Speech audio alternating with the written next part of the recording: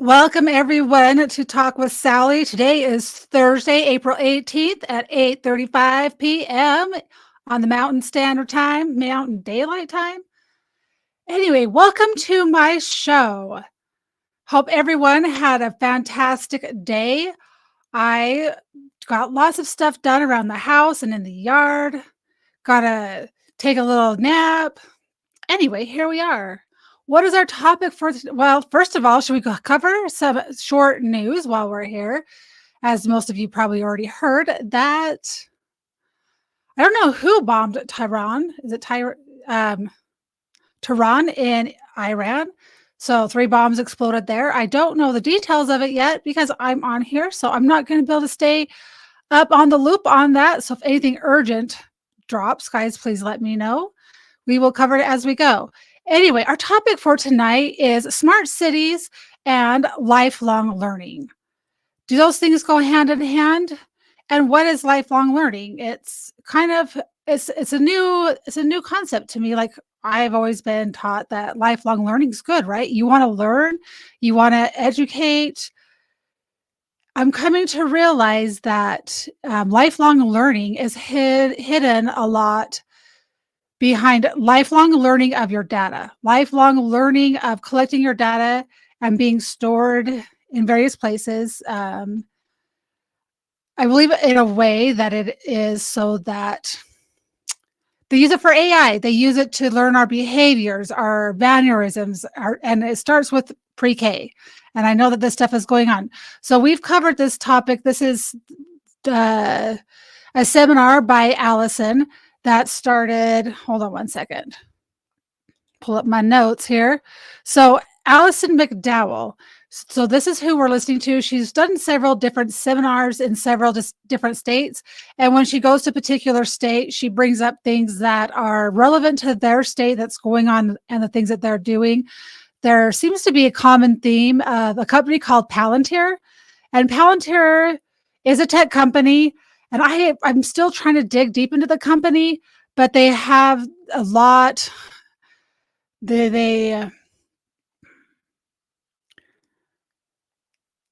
do a lot in the background. They're involved in all kinds of different tech, whether it be they use environmental. They're using all different types of things to do this. But anyway, why I like Allison McDowell. I'm very picky with who I get my information through and who I'm going to. When I discussed certain topics, I want it to be someone that I feel is credible. She actually started out. She's not a lifelong scientist. I think she was an art major. Is that correct? But school, like this whole thing was not her thing, right? So she started getting involved in this type of information through advocacy for people shutting down schools. So they were taking funding away from schools and they were diverting it to other projects. So I like her path because it was a genuine curiosity path where it's like, well, this doesn't make sense. This doesn't make sense. So this was she's been doing this for 8 years. So 2016, 2017-ish is when she started putting out videos and advocating for this stuff quite a bit. And it was just, why are they shutting down schools? And so she started digging deeper. And then she started learning about all these different projects that they're doing. And they're starting with our poor cities. So Philadelphia, New York, New Jersey, California. So those are the cities that they're running these experiments on. And when I say experiments, so let's bring it back to what it is. So she's talking about panopticon. Panopticon, we hear, I've never heard this term until a week ago. I had to look it up. I didn't know what it was. So pretty much a panopticon is a structure or a city, and that's how they've built our jail system. And our schools are built like this, where in the center you have like the principals, the monitors, and stuff like that. Well, it's the same thing with prisons. You have the center where you have like your main people, and the prisoners all think that this one person can be in control because they have eyes on you all the time. So it's kind of like, let me see if I can pull up a picture. So on my thumbnail, I have a picture of it, but it's kind of interesting what the concept is. But that's kind of what they want to do with smart cities. And smart cities, you're like, what's a smart city? Well, think of your smart house. Everything is operated and run by computers. You have a smart house, energy efficient, according to the people that want to put it in place. Think of your house, but now think of that as being a city, a 15-minute city, right? So they want you to live in a 15-minute parameter designed for you to stay in this little thing. You'll have everything you need in that city, supposedly, and it will be surveilled using technology. And that's why this whole green energy push is going on. And all the that now I'm rambling. I've got all these thoughts going all crazy because everything is just coming together, right? But that's kind of their goal. That's everything that we've covered. If you haven't watched my stuff before and you're watching for the first time, I didn't start down this path thinking that this was a thing and that this it could be potential. This obviously is not happening right now. It's a plan that they want to do, and they're going to try it out in certain areas first, but they've got to want you to want it first. That's kind of the main thing that I've taken from this. But I went down this path first by I had a person in my chat when I used to do, well, I still do Twitch movie nights. He's like, would you do some documentaries? I'm like, sure. So we started with like World War II documentaries, then World War I, and then we progressed down this path of like all these different peoples. We went into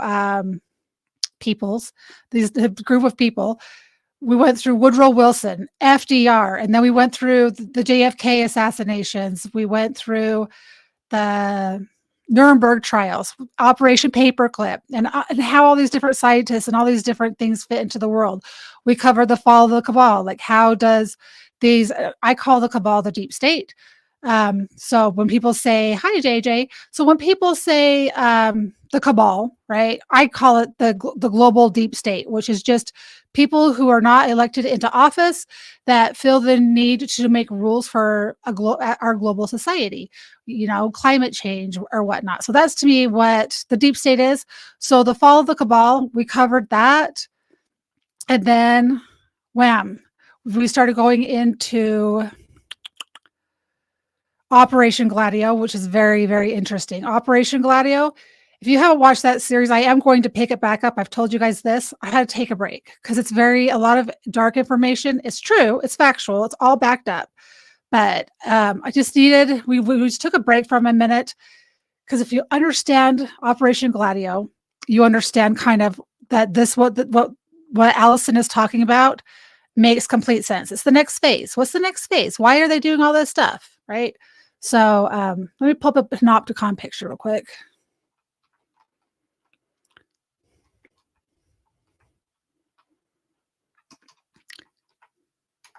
So everything just starts to make sense. But that's what we're kind of talking about from her perspective through her lens. I have people tell me that, no, that's not possible. But I kind of feel like that this is really what they're kind of aiming towards. So we can make that big. I want this big. Oh, that's not what I want. Why can't I just get an image without ads on my computer without having to take a screenshot of it? That's what I want to know. Guys, welcome chat, by the way. How is everyone doing? I've got Kyle, Julian, Patrick. I've got Real, JJ. Welcome, guys. If you are watching and you are in the chat, do chat. When I do these documentary stuff, I want this is not really a documentary. This is a lecture. And we're watching it. We're breaking it down. Oh, okay. So ADD moment. So why did I like doing history? And why did I start doing documentaries is because there's a lot going on in the world. And the number one thing that they start to change is your books and your words and your learning. They gradually change what our history is. They take down monuments. They take down certain things. So we've got to go while we still have access to these old books, these old teachings, and learn from them. And how does it relate to today? History doesn't necessarily repeat itself because we can learn from the mistakes, but history mirrors itself. It doesn't always, but we can learn from the mistakes that happened from a long time ago. And if you understand how things are going and how far back it goes, you can see, oh, that makes sense now today, what they're doing, what's going on. And for me, it helps to make sense. And I hope that in sharing this information with you, that it helps it make sense to you, because that's my goal. And if this stuff is boring for you guys, you're welcome to suggest topics for me. I don't know why this isn't letting me open it. I'll just open it with this full page. I don't think it has my name anywhere on here. All right, let's just share this real quick.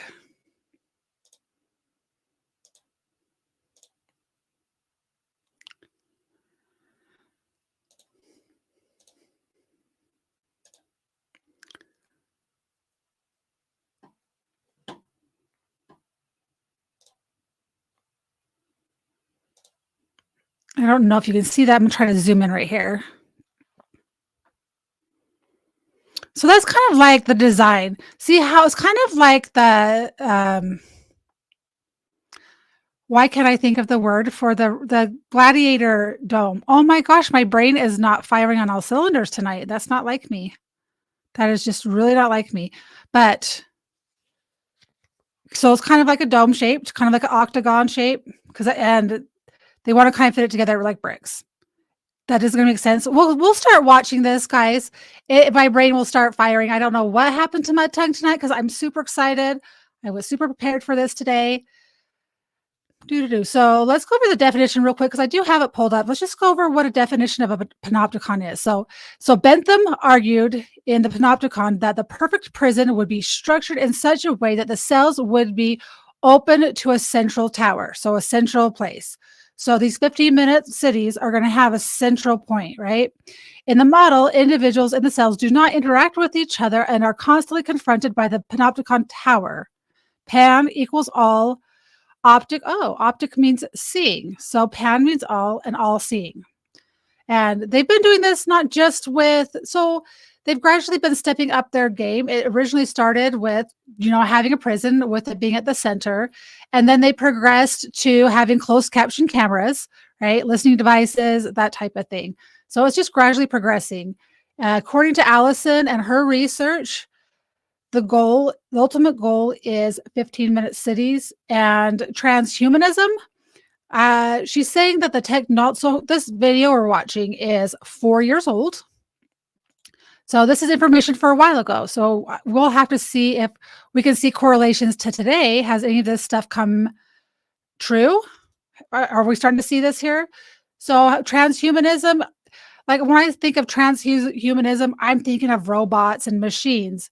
And after listening to some of her research, I'm thinking more of them being able to mirror our data and being able to mine our data from a very young age and use it to program like software technologies to where we could be at home with meta virtual reality goggles. So we'd be sitting at our home and we would be operating robots like a game. That's how I'm seeing transhumanism as. Whereas before I was thinking of a cyborg that was half human, half robot. I think it's a little different and it's kind of creepy because I could see how that could work. If they can make virtual reality goggles work in the real world, I can see it happening. So I left off at 2 minutes, 11 seconds. I went back 5 minutes from there just to make sure I didn't miss anything. I didn't realize that she was like 3 minutes from finishing her talk yesterday, or else I would just finish to the end. Yeah, it could be both, Julian, 100%. And guys, when I'm doing this, these are speculations. This is my curiosity, and all her stuff is backed up from data from tech companies. She has the receipts of different things that are going on. It's up for you to decide to do independent research of this. I get called a conspiracy theorist, and that's okay. I'll take that with a badge of honor. However, I don't believe in putting information out there just for a scare tactic. Like, oh, this is coming tomorrow. No, it might be 30 or 50 years down the road. However, I don't want my grandkids to live like this or my kids to live like this. I mean, I don't have grandkids from my kids, but I would love for that to not happen and just go back to us being harmonious and living off the land and being just like not constantly going at war with other countries and just being happy. Anyway, so let's go ahead. Oh, I forgot. I guess I have to pull it up, right? Do you think I should pull this up first? I think that would be a great idea. And then I'll push play, then I'm going to do a sound check. If it's not loud enough or too loud, guys, will you please let me know? I don't want to blow out your eardrums. That is not my goal. Let's make sure I have this adjusted just a little bit before I push play. There we go. The conscience of big business, and it's going to be just like 15th century Florence, with the bishops in charge of the big book of moral economic decision making. I mean, and like, I'm not making any of this up, but once you read this, you can't sit back and go like, okay, Helen, you know, like, I don't think I want the bishop to be in charge of my moral economic decision making. Thank you very much. Even as you are the conscience of IBM. No, thank you. No, thank you. And in our city, actually, Sister Mary Skillian with Project Home, they're doing a lot in affordable housing. So they've taken away city-owned public housing. They've turned it to privatized vouchers, which will likely soon be Blackstone, you know, the largest realty provider, and that it's run through the Catholic Church, this housing access, right? So imagine that you're being put on a housing pathway or self-improvement pathway, and you're put into a faith-based community that doesn't match your faith. You know, like, I mean, it could happen, right? And the head of our Federal Reserve is a former Wharton professor, Philadelphia Fed, who was on the board of Catholic Relief Services. So this stuff is all knit together. So again, you know, inclusive capitalism, compliments of the Vatican. They just really like to be more inclusive, right? I mean, the problem was inclusive. Like, some people didn't actually want to be included in the plan, right? And then they didn't actually have the choice. So they had this big conference recently, the Unite to Prevent, that's the Vatican. So they're gearing up for their program. Again, it's the biosecurity state. It's going, the new wilderness, the new manifest destiny empire is your cells, So that's Ronald Cohen. Everybody should know Ronald Cohen. I have some articles about him. Raul Diego did a really nice piece at Silicon Icarus about that. But he's a key player that nobody knows about. And the thing is, at that conference, there were a lot of people from the Church of Jesus Christ of Latter-day Saints. I will just say, like, they're very closely together. I've mentioned Salt Lake City as being a center of a lot of the technology. And this is from the Salt Lake Tribune. So if we understand markets and the pressure of markets and how it works, is that if you're investing, where do you put your investments where the imperative is making? I think this is what really brings a lot of this stuff home to me, is because this is in Utah. So I've said this before, that this is what is like really weird. I've focused so much on a global scale, that I forgot about my home state, because I just assumed it's always going to be good, because I don't have fear of being robbed or mugged when I go outside. It feels very, very safe to me. And I'm not saying what they're trying to do is unsafe or appear unsafe, but also, guys, when you hear private government partnerships, so when you have a company that, like BlackRock or some other companies that are going in with the government and buying up land and creating anything, whether it be the Band-Aid thing that you got every year during the 2020 thing, or government private partnerships don't seem like they turn out to be a good idea. So our tax dollars end up paying for a lot of this stuff, or they're going to get tax breaks. A lot of it are NGOs doing this, which is kind of scary.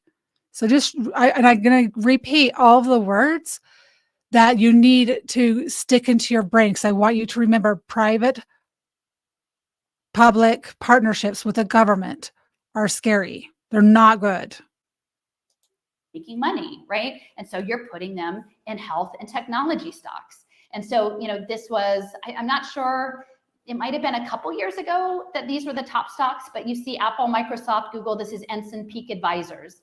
It says of their stock holdings, 7% were split between Apple and Microsoft, right? Johnson & Johnson, Intel, Facebook, Visa, JP Morgan Chase, Health Group, Merck, Berkshire Hathaway, Disney. These are all people who are running this program. I'm telling you, they're running the game, right? And so we have to try to find ways of holding our institutions accountable to us, no matter where they are, because the imperative within this really toxic game is that they don't.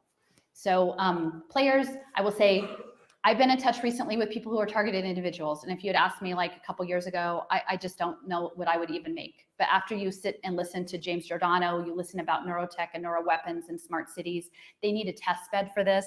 And it's very likely, I think, that the platform in which some of the stuff is psychological warfare beyond sensory technology or neurotech is disruption, like wrecking people's lives, just cutting them off in traffic, arguing with them in the grocery store, and that creating that as a gig platform, like an Uber platform, but instead of, or whatever, like driving groceries, you sign up to like harass people, like just enough and then pull back. Like, I mean, and I'm not making this up, but I think like I've had people tell me, because I had pieces they didn't have, and then that was their piece. So I think we have to understand that all of this will have a test bed, and we have to be very empathetic towards people in that circumstance, because everyone tells them they're crazy. And I don't think that they're crazy. I think they're living in an insane world.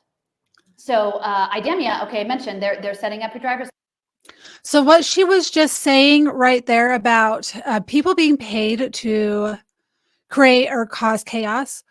When we watch the fall of the cabal, and even when you right now today, when you see these immigrants coming across, migrants, whatever you want to call them, coming across the borders, they look clean, fresh haircuts, nice shoes.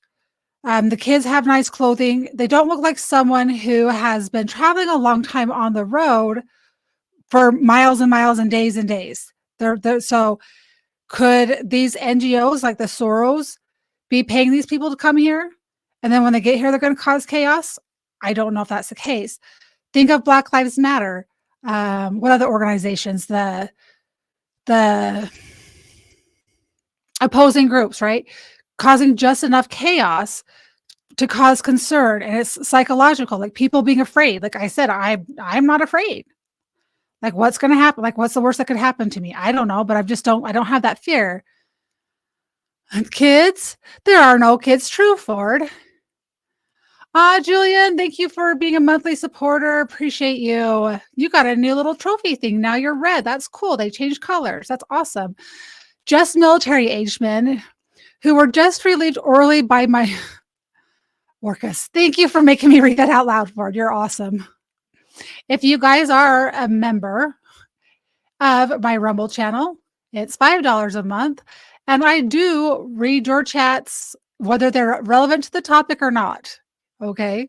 Because you guys pay a fee, and I will, the other ones I try to read, if they're not, oh, you own stock in Palantir. O'Malley, you're contributing to the problem. You're grounded. But yeah, you guys will always get priority. If they're off topic, I will read them. For the most part, if they're not on topic, I do not. What's up, Demon's Wrath? All right, so let's get back on track. Anyway, so it's not far-fetched to think that there are groups of people who are being paid to cause chaos. They've been doing it for years and years and years. It is actually a form of warfare, and especially in the United States, because other countries cannot come in here very easily by boat or by plane, unless they're allowed to come in our country by Mayorkas. They can't come in here and shoot off weapons, because we have, well, I don't know if we still do, but we used to have a really great defense mechanism. Our citizens are armed with weapons. So a plan, they've always known that you cannot defeat the United States from without. You have to do it from within. So you have to cause disruption in a society, and you have to create that chaos and fighting amongst each other. That fighting, for one, is going to cause psychological warfare. And it's going to distract you from other things going on behind the scenes as well. License. So there's your augmented identity, guys. Welcome to augmented identity world. You're now a cartoon augmented character. We're creating digital twins. Here, we'd like for you to level up and emotionally connect with avatars instead of people, right? You're going to love them. Here are some people. Alice, that's the United Way. Their managed poverty program of the working poor. They're working in partnership with Strive Together, the Cradle to Career Human Capital Development. And they're with the United Way of Tucson and Southern Arizona, so keep an eye on them. Again, I mentioned United Way, but understanding that. Start paying attention to who funds these people. The United Way. And I'm not sure if they get a ton. I think they get funding from the United States as well, but there's a lot of private corporations that donate to the United Way. So I wanted to read augmented reality. So this is another new word. This is augmented reality. Like, what does this mean? Like, new word? I should know this word, right? So augmented reality is an interactive experience that enhances the real world with computer-generated perceptual informations. So when she's talking about these smart cities and transhumanism, I don't think cyborg. I think that being at home with virtual goggles on and controlling something through a video game-like scenario. And I guarantee people are going to volunteer to be part of this project. Using software, apps, and hardware such as AR glasses, augmented reality, overlays, and digital content on real-life environments and objects. Interesting. Does anybody know who's played the meta games? I've never had the desire. Potentially connecting to a gig economy of harassment.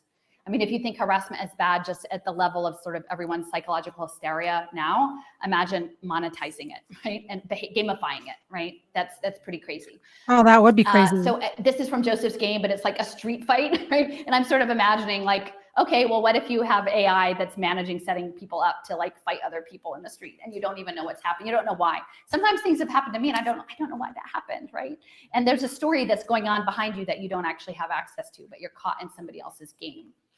Again, your ability to transact with the world is dependent on what's in your blockchain wallet. That's not just money, which is what the focus largely is around independence, is the I've got to come up with a way that blockchain makes sense to me to be able to explain it to the average everyday person. Because we talk about blockchain all the time, cryptocurrency, blockchain, it's private, it's secure, there's no way to manipulate it. Well, that's good and bad, I guess, depending on who controls it. But having blockchain, I guess if you have some kind of a band or some kind of a thing, the way it's set up, I don't know. I got to figure out how to make it make sense so that I can explain it to people. The finance piece, but it's about rights and privileges. They're working, a lot of this is an evolution out of Second Life. The guy in Second Life is working on blockchain and gig economies and other things. Their goal is a single sign-on for the internet. Eventually, if you will have to sign on to the internet, you will be trackable. The cyber hacks that are like predicted will force that. And then there'll be nothing that you can do other than sign on, and they will know where you are digitally all the time. Because just like they want to track you in the material smart city, they need to track you in the metaverse too. And that will link your digital twin. Your wallet will be sort of your portal between the you that lives in the world we know, and then the virtual twin you that lives in the other world. So a lot of the digital twinning is coming through the medical space. So they're working on digital twinning, the future of health. That is from Macroeye's website. And you can see that is how they imagine humanity is coded and energetically virtualized, but not individualized. It's just matter. It's programmable matter. That's how they see us. And the blockchain will also be used. Okay, I think this definition is working for me, and thank you, Julian. So blockchain is a shared immutable ledger. I guess I have to look up the word immutable ledger that facilitates the process of recording transactions and tracking assets in a business network. An asset can be tangible, so it could be a house, car, cash, land, or intangible, meaning intellectual property, patents, copyrights, and branding. So your intellectual property could be just your thought process. If they collect that, data and it's stored and they can use it. So retail companies use blockchain to track the movement of goods between suppliers and buyers. For example, Amazon Retail has filed a patent for distributed ledger technology system that will use blockchain technology to verify that all goods sold on the platform are authentic.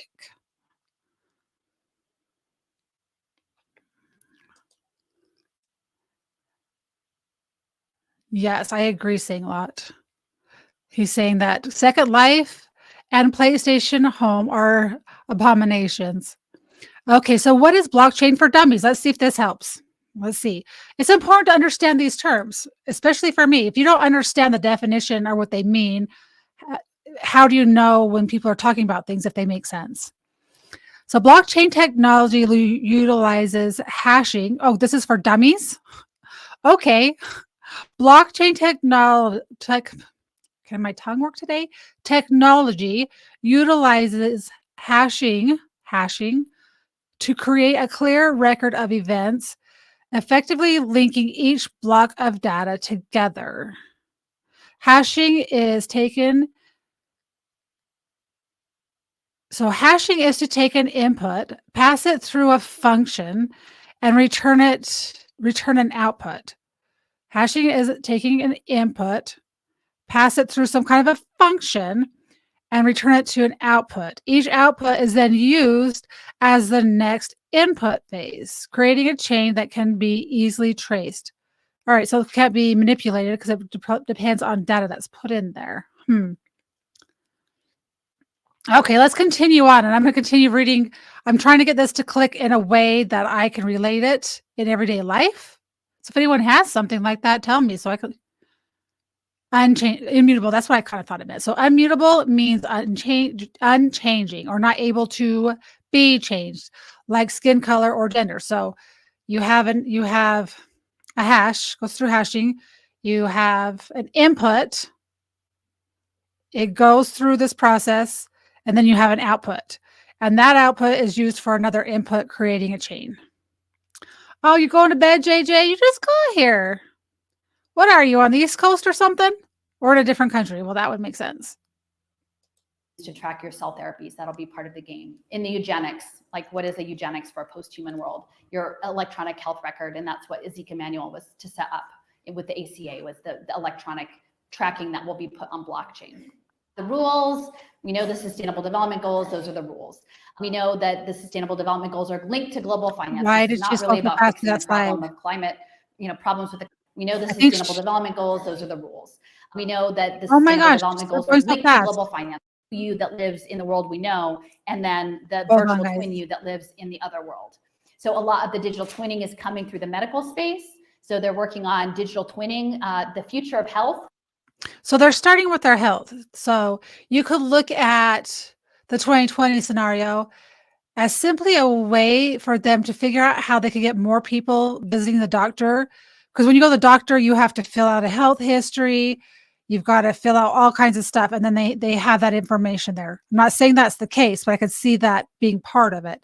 So then when they say DigiTwin, they're making a copy of all of your information. So there's a twin of your health data out there. That is from MacroEye's website.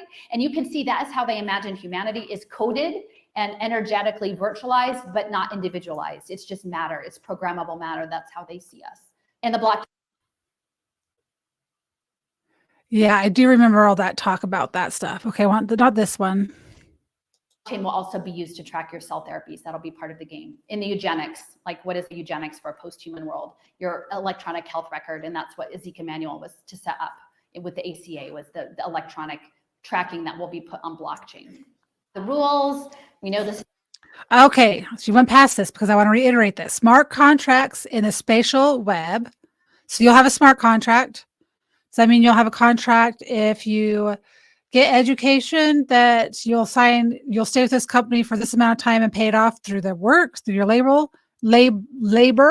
then tokenized behavior, coded nudges, mother may I. Coded nudges, mother may I. So you get a token, so you get rewarded with either a token, which is the same as money. So if you think of crypto, they're a token, and you're going to be rewarded with this. It's all digital. United Nations Sustainable Development Goals. Remember this, United Nations, the UN, Sustainable Development Goals. Sustainable Development Goals, those are the rules. We know that the Sustainable Development Goals are linked to global finance. This is not really about fixing the problem of climate, problems with the climate, problems with the environment, problems with poverty. It's about managing it in a profitable way. So the BlackRock is managing the environment, managing the world in a profitable goal. That makes sense, JJ. Thanks for joining. So managing everything in a profitable role. Oh, I was going to tell you something freaky about banks. If she stops on day one, I'm going to tell you this. The European Commission's decision to award a contract to BlackRock Investments Management to carry out a study on integrating environmental, social, and governance. Oh, that's what ECG means. That's what everyone, I didn't understand what ECG meant, and I see it all the time. So management to carry out a study on integrating environmental, social, and governance objectives into EU banking rules. Oh my gosh, I should pull up this clip. We at the end of this, we're going to pull up this clip because it's very relevant to everything we're talking about today.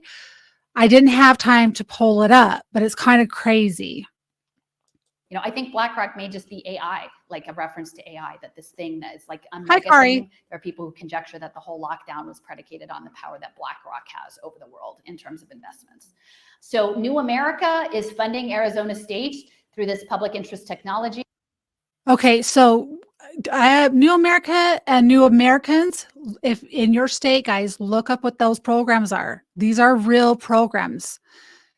New America programs. They were instigated by, I bet you guys can't guess after watching me for the last couple weeks, who is responsible for creating the New Americas program and putting it into place. I bet you get it right. They have something called Bretton Woods 2. And again, if you understand, like I was brought up with a certain framing around the New Deal, and it wasn't, am I after 2? Do I have 5 minutes? Okay.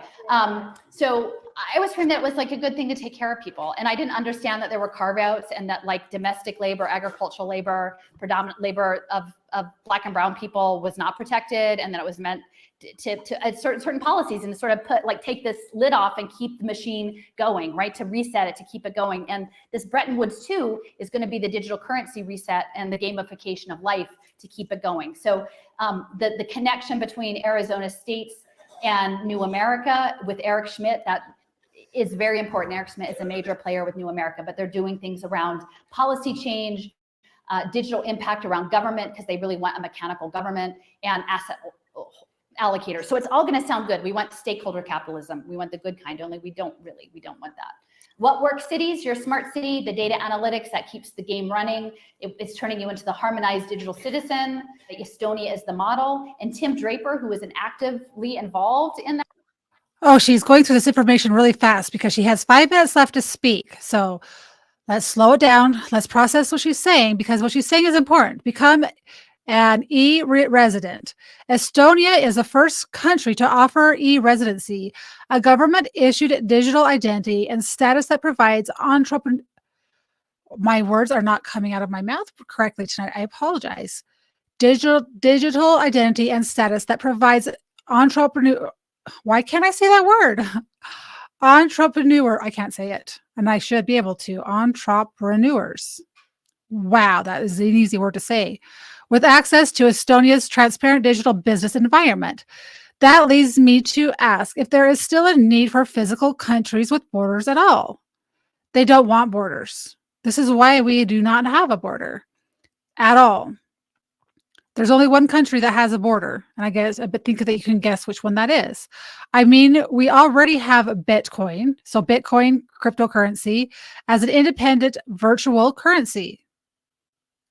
So every person that now I can't even watch and try to understand cryptocurrency, because I think that whoever is so excited about making money off of this is aiding in our eventual demise.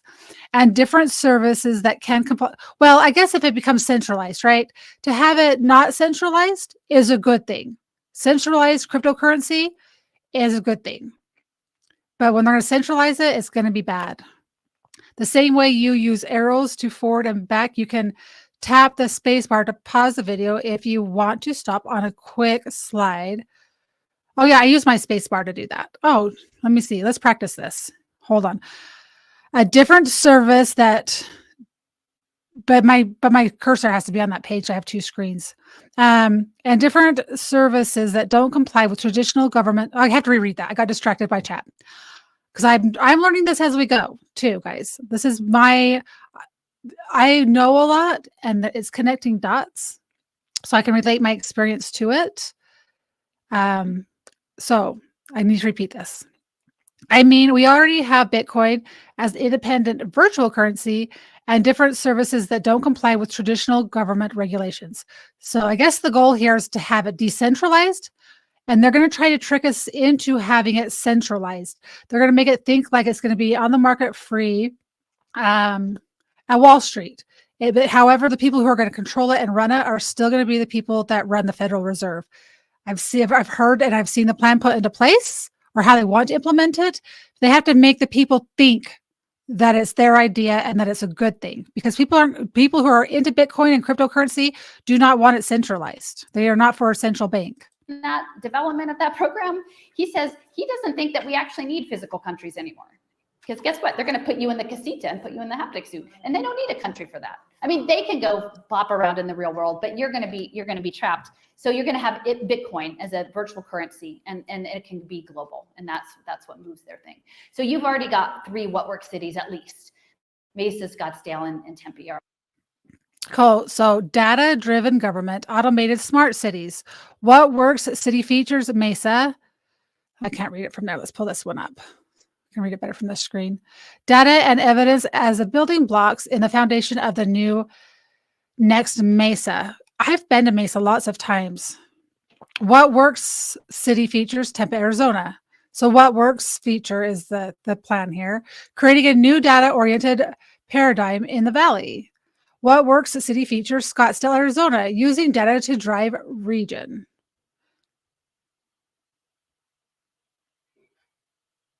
Are all in the Bloomberg. Bloomberg is a key person pushing Moneyball government, data-driven government, data analytics government. A lot of the research came out of actually New York University, the governance lab, which is sort of at the. So I kind of what I'm seeing, because you know how she's saying we're going to do smart cities. So smart cities, Panopticon, 15-minute cities. I think the first step is getting everything like a smart house. You're going to have a smart city. Everything's going to be run by computers, which a lot of everything already is. So they've got to get everything from your food to everything being a smart city. So in California, where they've created chaos, they've increased the minimum wage to where McDonald's had to let go of people. Well, they're like, well, we will just have robots make food then. If you guys haven't seen that, I'll try to pull up some videos of actual robots in California at McDonald's making your food and delivering it to you. You order it from a computer. There's no need for people at all. No need for people. Bottom, that purple dot. Arizona State, they had, I think, 7 different conferences, many in the US, but also in Toronto and London and Italy. They had several here at Arizona State University. There are many departments at Arizona State that are connected with this larger industrial engineered government lab system. So Michael Crow is working in not only with the future of war folks in the gamified education, but in the digital government space. And this is just like what one of these things looks like. Like they're going to come in your house and track your parenting on a tablet for a social impact. This is coming. I think this one is in Boa Vista, Brazil. So, you know, they've already got it. Is it scalable? I don't know how scalable it is, but it's coming. It's the.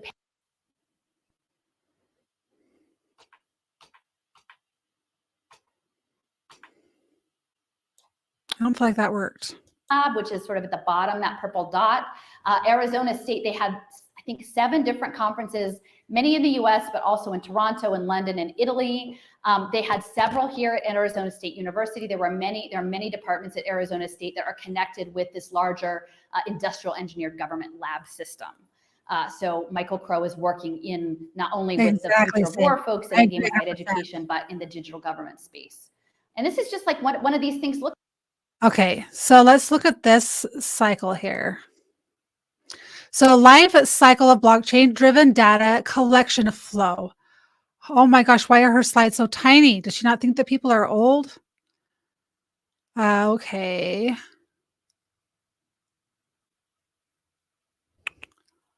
Automatically assign. Okay, I'm gonna have to pull that up separate, guys. I like her.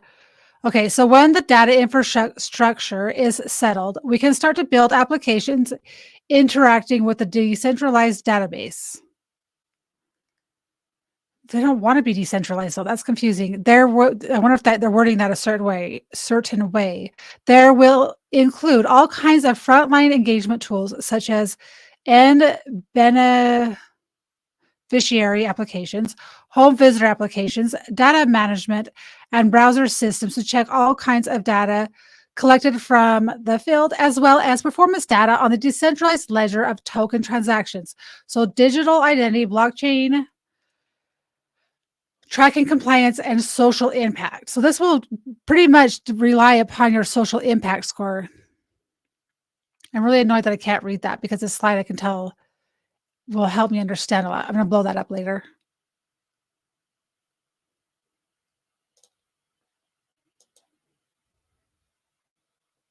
looks like. Like they're going to come in your house and track your parenting on a tablet for a social. I love these slides. I just don't like that I can't read them. Like when I do a slide for one of my shows, I actually pull it up and make sure that I can see it from my screen, like the wording. Like I make it bigger so that I can read it because I'm assuming that others can read it. Impact deal. Don't get old. This is coming. I think this one is in Boa Vista, Brazil. So, you know, if they've already got it, is it scalable? I don't know how scalable it is, but it's coming. It's the Panopticon shopping with your DNA. They're going to nudge you. I don't think it's going to be a gentle nudge. Lady, you have amazing slides. Stop going so quickly. You're just trying to rush to this information and it's valuable.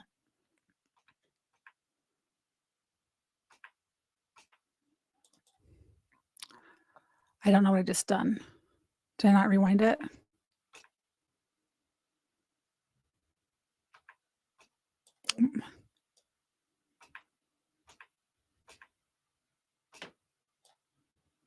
Here, but local currency, skills, you know, they want to put everything on a token.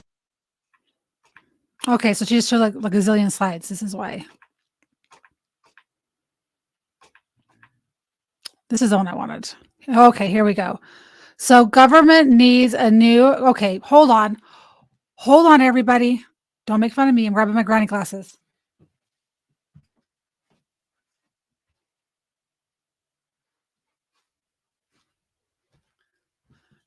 Not sure if these are going to aid with wearing contacts. Let's see. Oh, I guess I'm going to have to give me some granny glasses just for reading. Okay. Government needs a strategy. Governments generally rely on three, sorry, now I'm too close to the mic. Rely on three simple instruments to influence behavior: restriction on choice, monetary incentives, increased information, and persuasion. And then 4, a behaviorally informed approach. That is going to be the goal.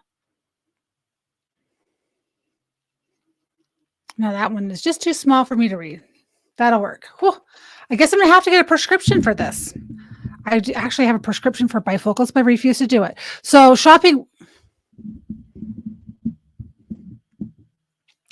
So shop with your DNA. So you're going to have a band and they'll know it's you because you'll have your DNA. I don't know. That seems really weird. It's kind of crazy. Food stamps.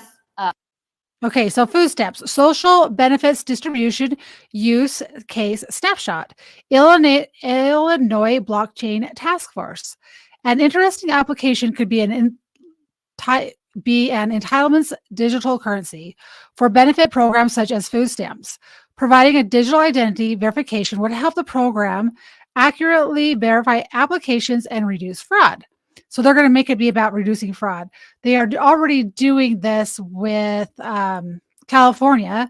They're trying to pass a law for drug testing, which is okay, not okay, because not all people who are poor do drugs. So that doesn't make sense to me. I don't know. Smart contracts could precisely determine eligibility efficiently and effectively. An additional healthy eating token incentive system could be offered to achieve ancillary health policy goals. So you can only eat certain things because you need to be healthy. You're going to have to eat crickets. His shadow. The nose saw his shadow. Oh, so he's not coming for 2 more days. An additional healthy eating token incentive system could be offered to achieve ancillary health policy goals, providing additional cost savings for other health benefit systems. So they're going to get you to eat a certain way because it's going to save the rich people lots of money. So they say. So data on spending habits can be analyzed in real time. So benefits. Where's her starting point in this? Okay, so here's your welfare application. Applies for the benefits program.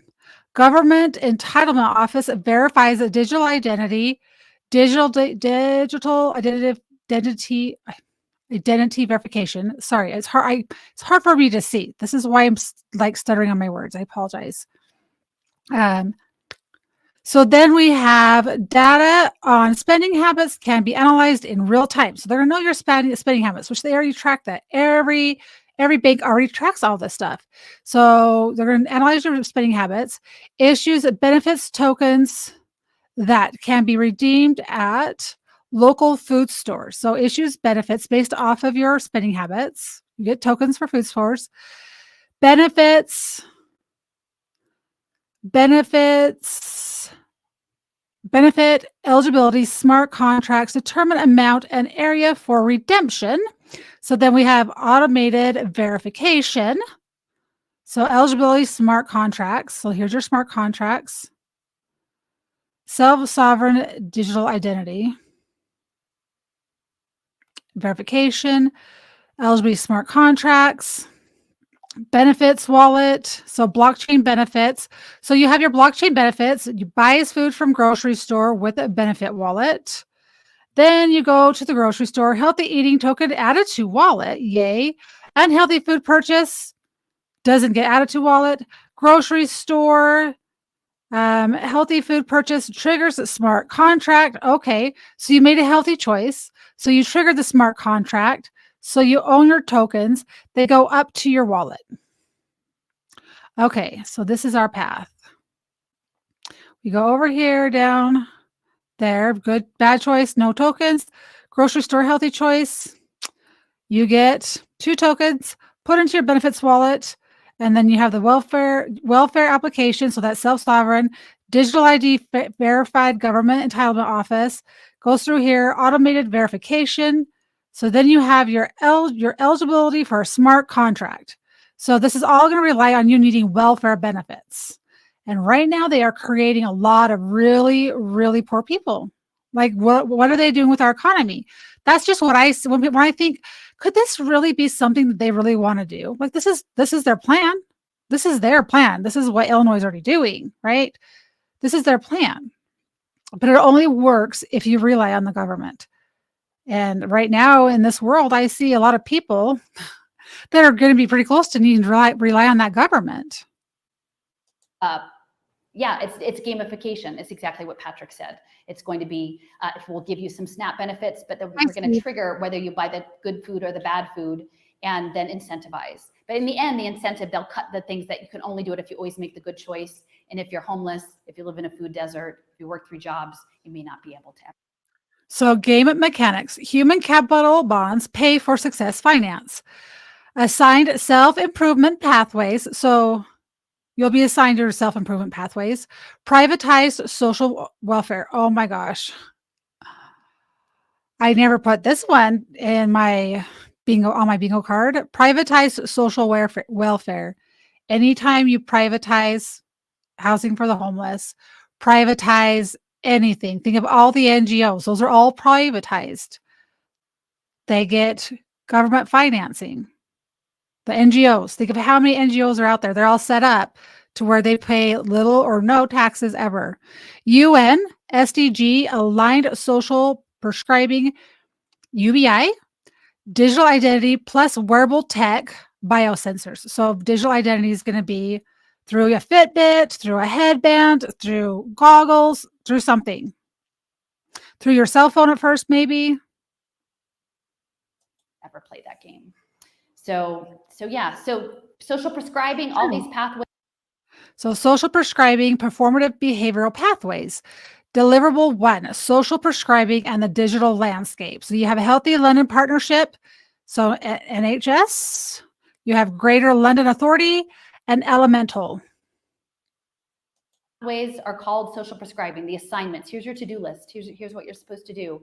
Your navigator, your social work navigator. She's smart to do.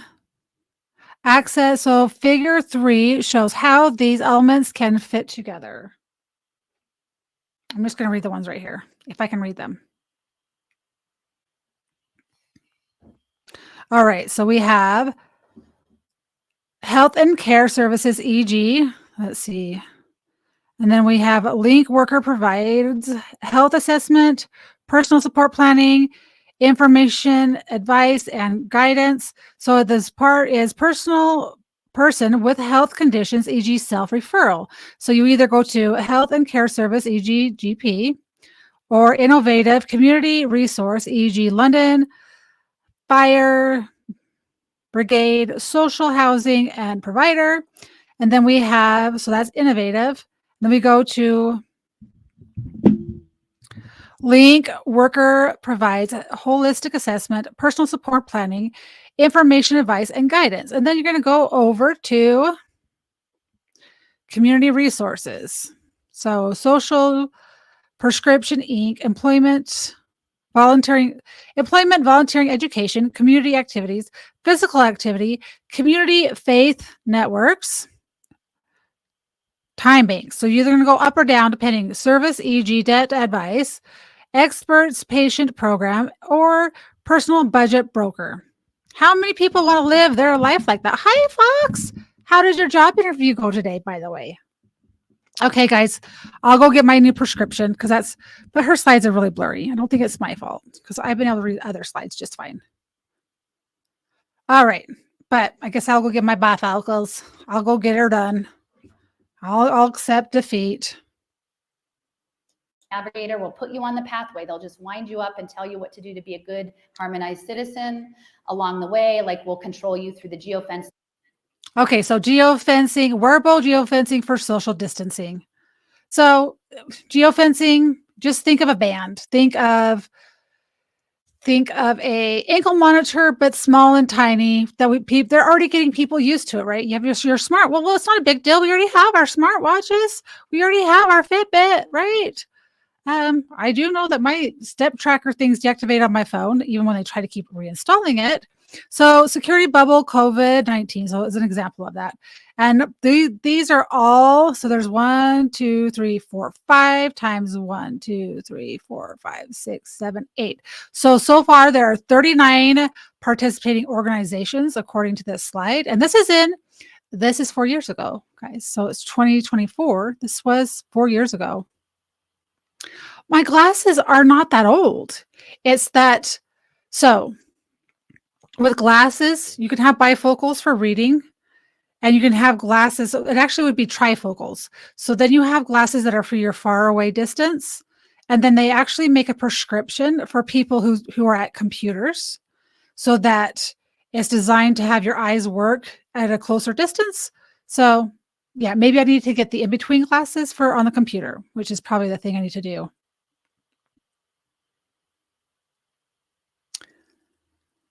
They don't work anymore. What do you mean?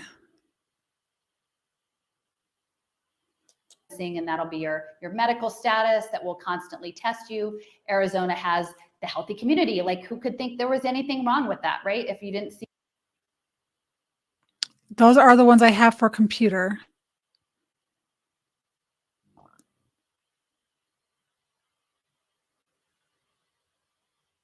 The slides aren't blurry for you, is what you're saying? Okay, well, let's get back on topic. Live Well Arizona. Okay, so who we are, why it matters, community elements. So we have car, housing, safety, economy, education, environment, food access, design, recreation, social and cultural, cohesion, justice, transportation, equity, and resilience. So you can see the slides. You can see this perfectly fine on a regular computer. Okay, then it's me. Elements of a healthy community.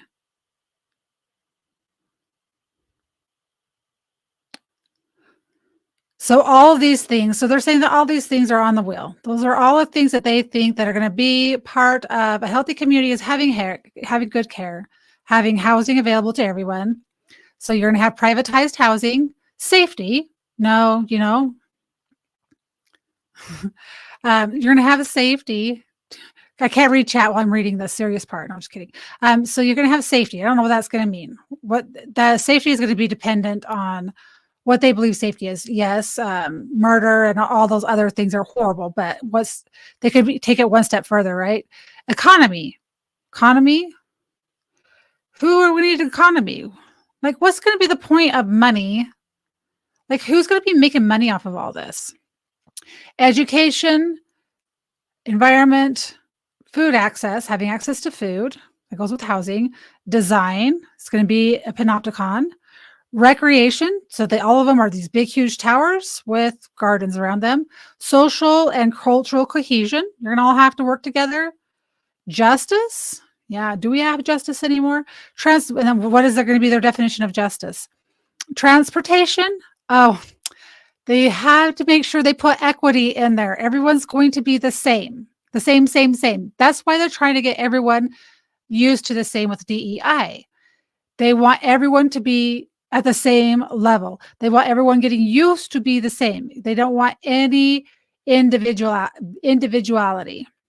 And resiliency, I don't think that means is on a personal level. They probably mean that on a group level. So community. See all the lead-in photos, you would think that, hey, I want everybody to be healthy, right? Like, no, they don't want you to be healthy. It's important to know that this is linked to privatized welfare and all of the for-profit prisons. Okay, so welfare to work towards a post-human era. Walk for the dole, question mark. We must find new ways to tackle those corona kilos. I was too fat. The British Prime Minister Boris Johnson reflected in a television ad campaign this week, launching his new nation health strategy designed to help Britons curb their kilos and fight off the coronavirus. So what do? You download an app and it tracks all of your steps and they record that. No? Yes. Maybe. Possibly. Different groups are moving into social work. Geo Group and CoreCivic, Continuum of Care, that's what they call it. So they've got your big brother, Bloomberg. He built his European headquarters on the Mithric Temple in London. So those of you who are interested in esoteric stuff, that's going on. It's the gamification here at Arizona State. They're gamifying it all. Thrive is one of these pathway programs, and that was developed at Arizona State in the gaming program. Okay, Thrivecast is an innovative approach to unlocking human potential, powered by platform technologies and driven by everyone's desire to achieve great things. Great things is all relative to the person, in my opinion. Through the Thrivecast platform, you connect with opportunities you want to pursue and then are supported in your journey to grow your unique potential to thrive. The process is inspired through peer stories, supported through carefully designed learning challenges and mentor championing, and culminates in real-world stories. At the core of the platform are structured opportunities to thrive, progressing through the stages of discovering, growing, thriving, and inspiring. Peer and community interactions is a crucial value exchange in the platform. Join the Thrivecast community and help us to unlock your potential to thrive. They're going to catch you. Program. And if you hear about UBI, that's going to be programmed money. They're going to tell you how to spend it, what you have to do with it. This is a real program, Hustle Score. They're putting. So universal basic income, which they've been trying to go towards for a long time, equals programmed money. So increasing the minimum wage, making it so companies go bankrupt because they can't afford their companies. They got to do that first so that they can have a universal basic income. So FIIS Hustle Score. The initiative score is a supplemental criteria that models the reliability and initiative of low-income families that is, oh my gosh, that looked like taxable. And that says broader than traditional credit scores, accounting scores, accounting. Can I read? I can't. Traditional credit scores accounting for not only financial progress, but education, health, youth, family, and social capital initiatives, among others. For people online and saying they have to upload their data, show if they're hustling enough, right? So yeah, I think I'll just stop here. But local currency, skills, they want to put everything on a token, learn it, earn it, share it. You've got these different quests. Lady, these are important to us, not just you. Stop with your rush.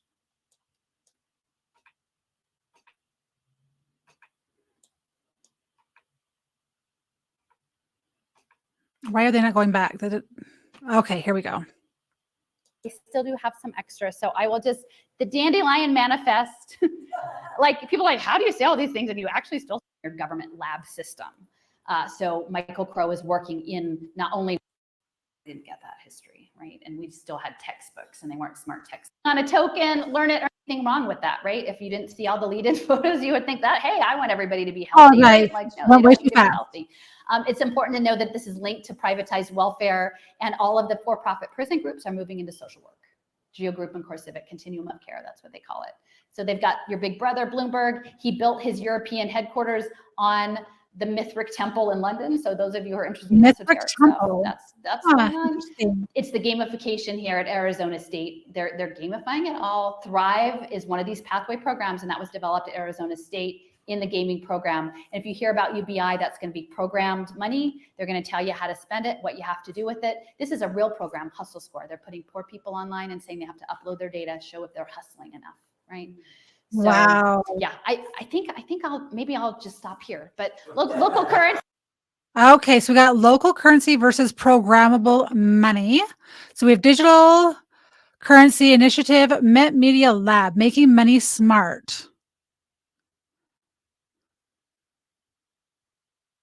See, skills. Oh my gosh, I couldn't even push pause fast enough.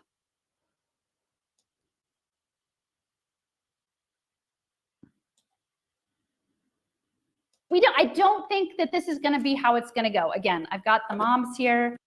So they've got your big brother, Bloomberg. He built his European headquarters on. So yeah, I think I'll just stop here. But look currency.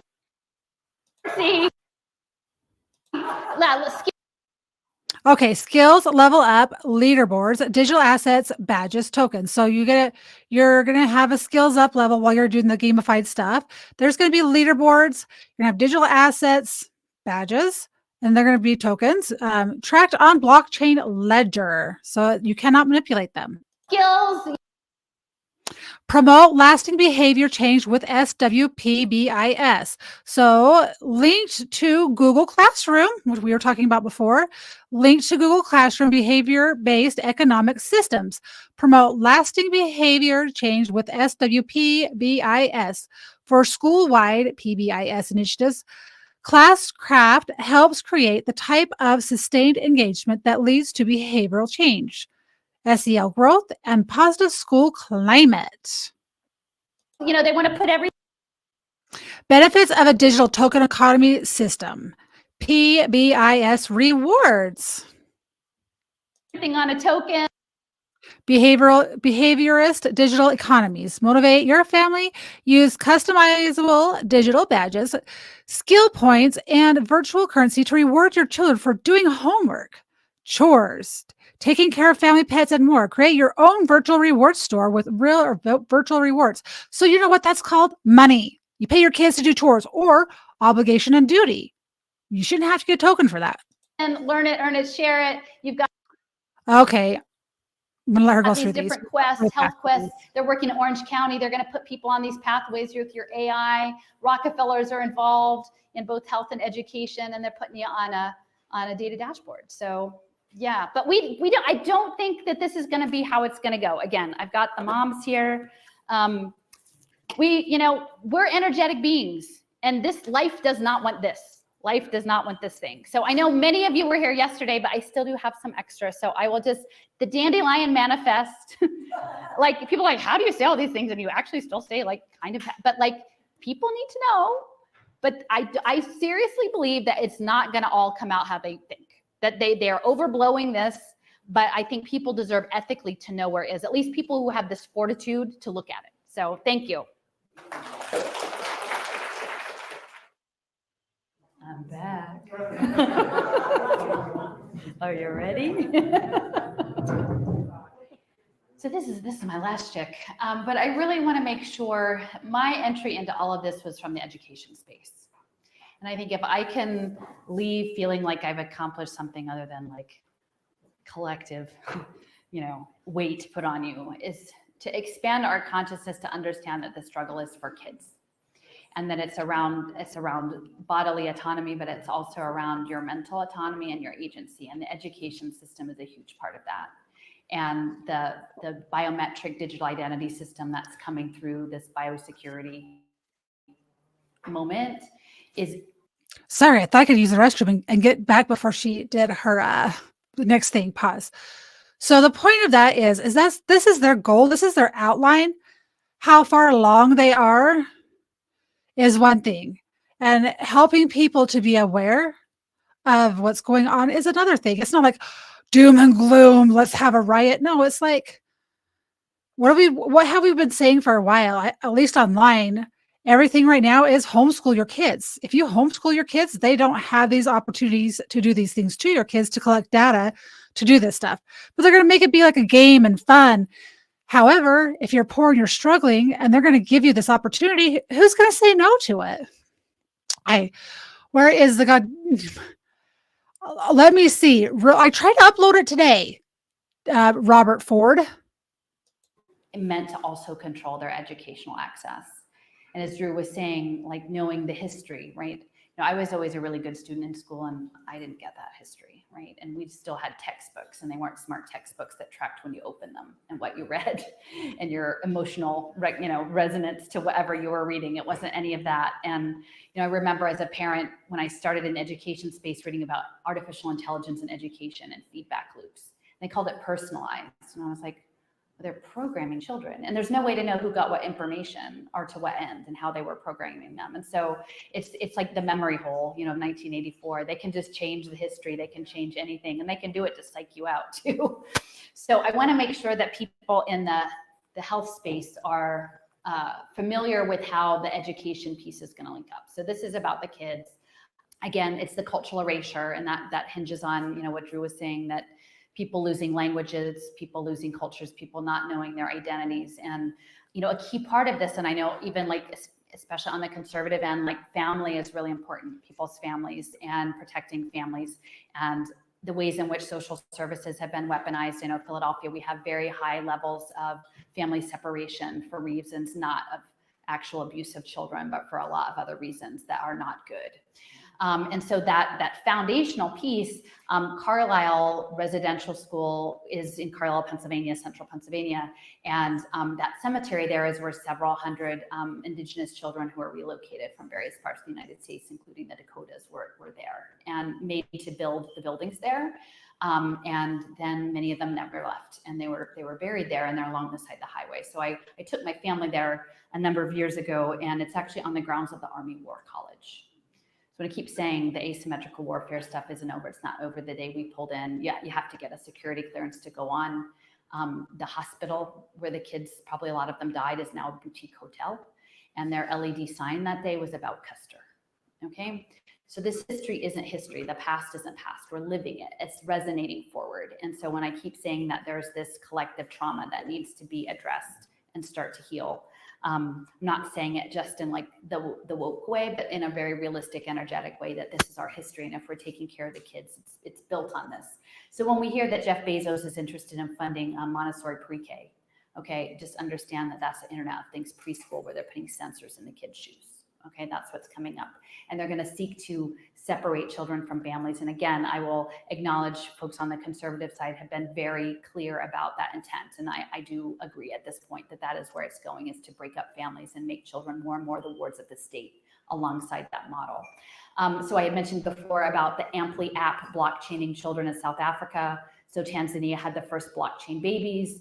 The pre-K app in South Africa was underwritten by UNICEF. So this is part of the hijacking of the children. And again, this is just recent, in British Columbia, these hundreds of children, right? And so if we understand these digital identity systems, tracking ACEs scores, adverse childhood experiences, metadata, and understanding that data is often controlled by entities that disempower children and hold that power over them, the idea of grooming children for reprehensible things, or even through, Operation Monarch type mind control systems, they can find the vulnerable people. They've known how to do that for a long time. And with this level of data collection, it's going to become even more intense. So what I realized on that Global Education Futures Map and Knowledge Works, which is out of Cincinnati, my first talk I gave in 2017, I put this up and like, this was the future of school. And I'm saying this because I know there are a lot of folks coming from, again, at the time I was supporting public schools, neighborhood schools, trying to preserve it as a sense of an accountable public space of community.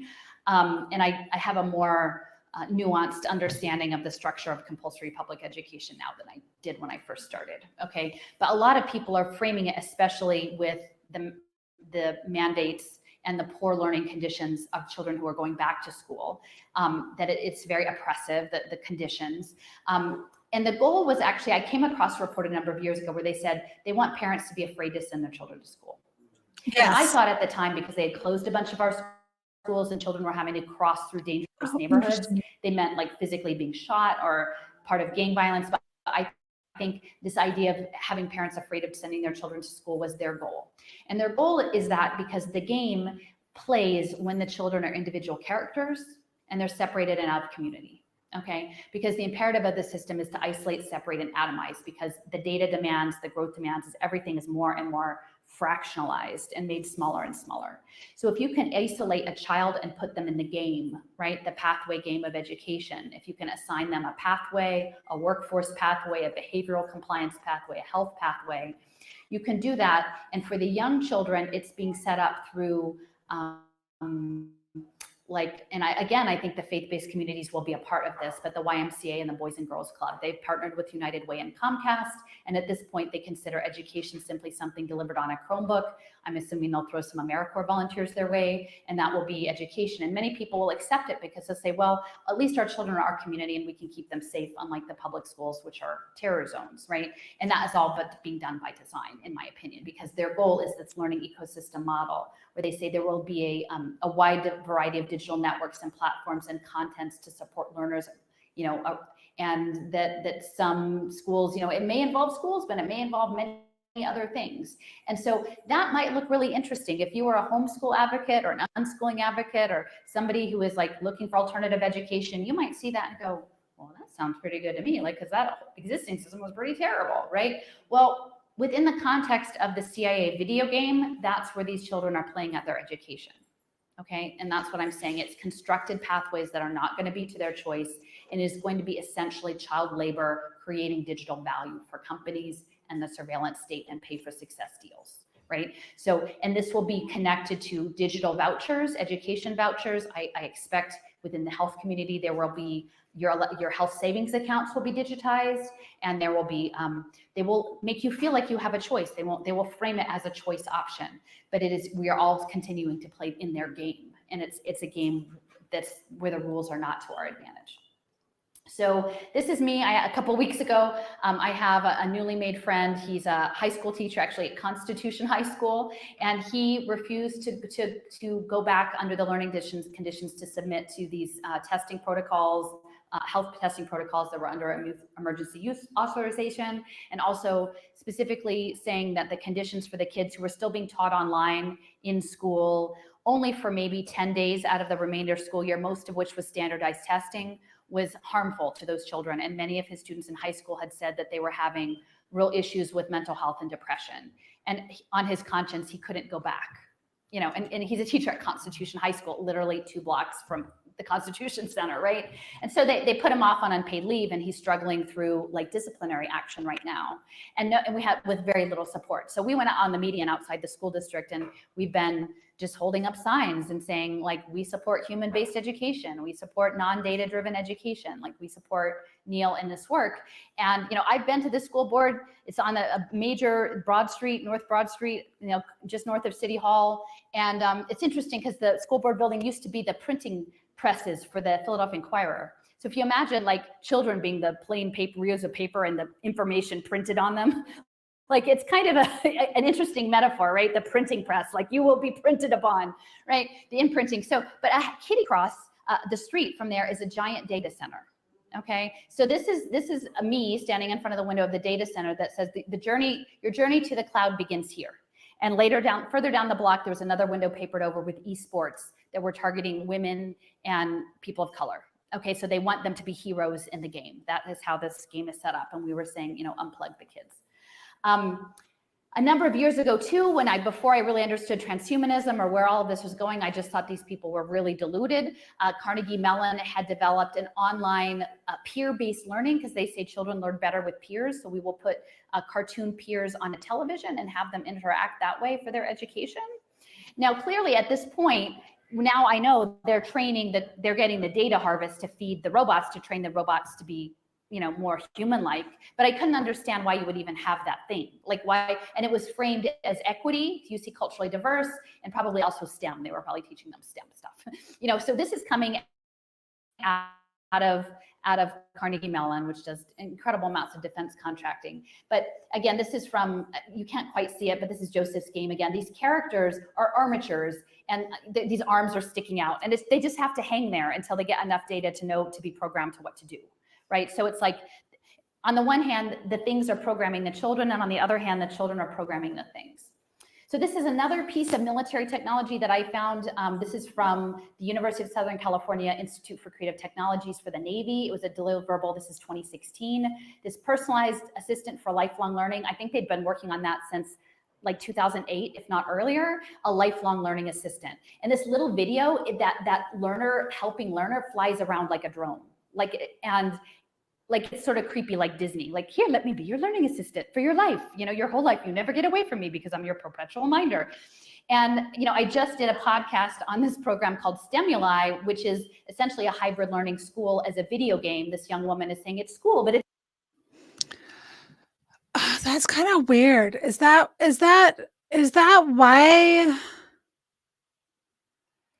Is that why they're allowing all of this stuff to go on in the schools? Like the furries, the transgender ideology? Is it so that our parents, I mean, see, if you're afraid to send your kids to school, you're going to send them to school. I mean, you can homeschool, and I don't see it. It just says tinfoil hat. I don't see the picture. Maybe it's not ready yet. Do you see it? Oh, I hope I didn't do anything. Did I just delete the whole entire chat? What the heck? Oh, I thought I deleted the whole chat. Got scared there for a second. Trying to have the lifelong learning. Oh, I have to refresh too. Okay. Okay, back to what I was saying. Having the light, so they want you to come home. They want you to have your kids at home, and they want you to fear sending your kids to school. And I thought, why do they keep on allowing this to happen? And if you look at it in this way, that they want your kids to be taught at home, and parents are busy, and they work 2 jobs. So how are you to teach your kids at home and have a lesson plan? Well, you're going to use lifelong learning assistant, which equals militarized digital minder. So you can come up with your own curriculum, which is what the people who do this from home now, or you can buy their games or their interactive learning things. Kind of how I'm seeing it. Is that how you guys are seeing it? Because that's really weird. It's a video game, and you come in as an avatar. And if you notice where the arrow is pointing, there's a hoverball eyeball floating that follows the child around. I mean, they just come up, and like you play in the game and there's this floating eyeball, like you're in the panopticon, like literally that's what they're telling you. And so like, to me, I'm looking at, this is from Joseph's game, drone surveillance, and those characters have their arm out because they haven't been programmed yet. But I'm thinking beyond the packages, beyond potential weaponized drones, and beyond surveillance is data aggregation, right? Like what if your personalized learning assistant was a drone that followed you around all the time with a camera to learn you, so that your digital twin that was hanging out with his arms hanging open could like move around or do something. And the other piece of this is like all this data is being stored in Bluffdale, which is again part of that larger Salt Lake City enclave. And when I first read about, there's a really good book called, movie called Citizen 4 about Snowden. And I'm still, at this point, I'm still not so sure about all of it, but at the time it was quite shocking for me to understand all of what was going on. And they talked about Bill Binney and the Bluffdale Center holding 100 years of data on each person. And like, I don't know that Bluffdale isn't being used for digital twinning, right? I mean, they say it's there, they store it unless there's a FISA order, and then they go in and get your data. But there's no saying that they couldn't necessarily use that data to build. I know exactly where she's talking about. That's where they've moved, in Utah, that is where they've moved a lot of Silicon Valley. It's the Silicon Valley of Utah. All the tech companies are down there. The simulation systems. That looks like it's in the middle of nowhere, that photo. It's 5 minutes off the highway. I went and smudged it. I went there and smudged it. I said, you don't have our permission. You know, and literally, like they had, like it was like high security, but there was a bit of a pull off, and we pulled in, and we pulled over, and like there was. Do you think that doll's a voodoo doll that she has in front of her? Okay, just kidding. Ford, don't ever think that I don't love you, because I did that right now just for you. I had to even remove the background. That's why I hadn't uploaded it. I forgot. But I got it done quickly. You're welcome.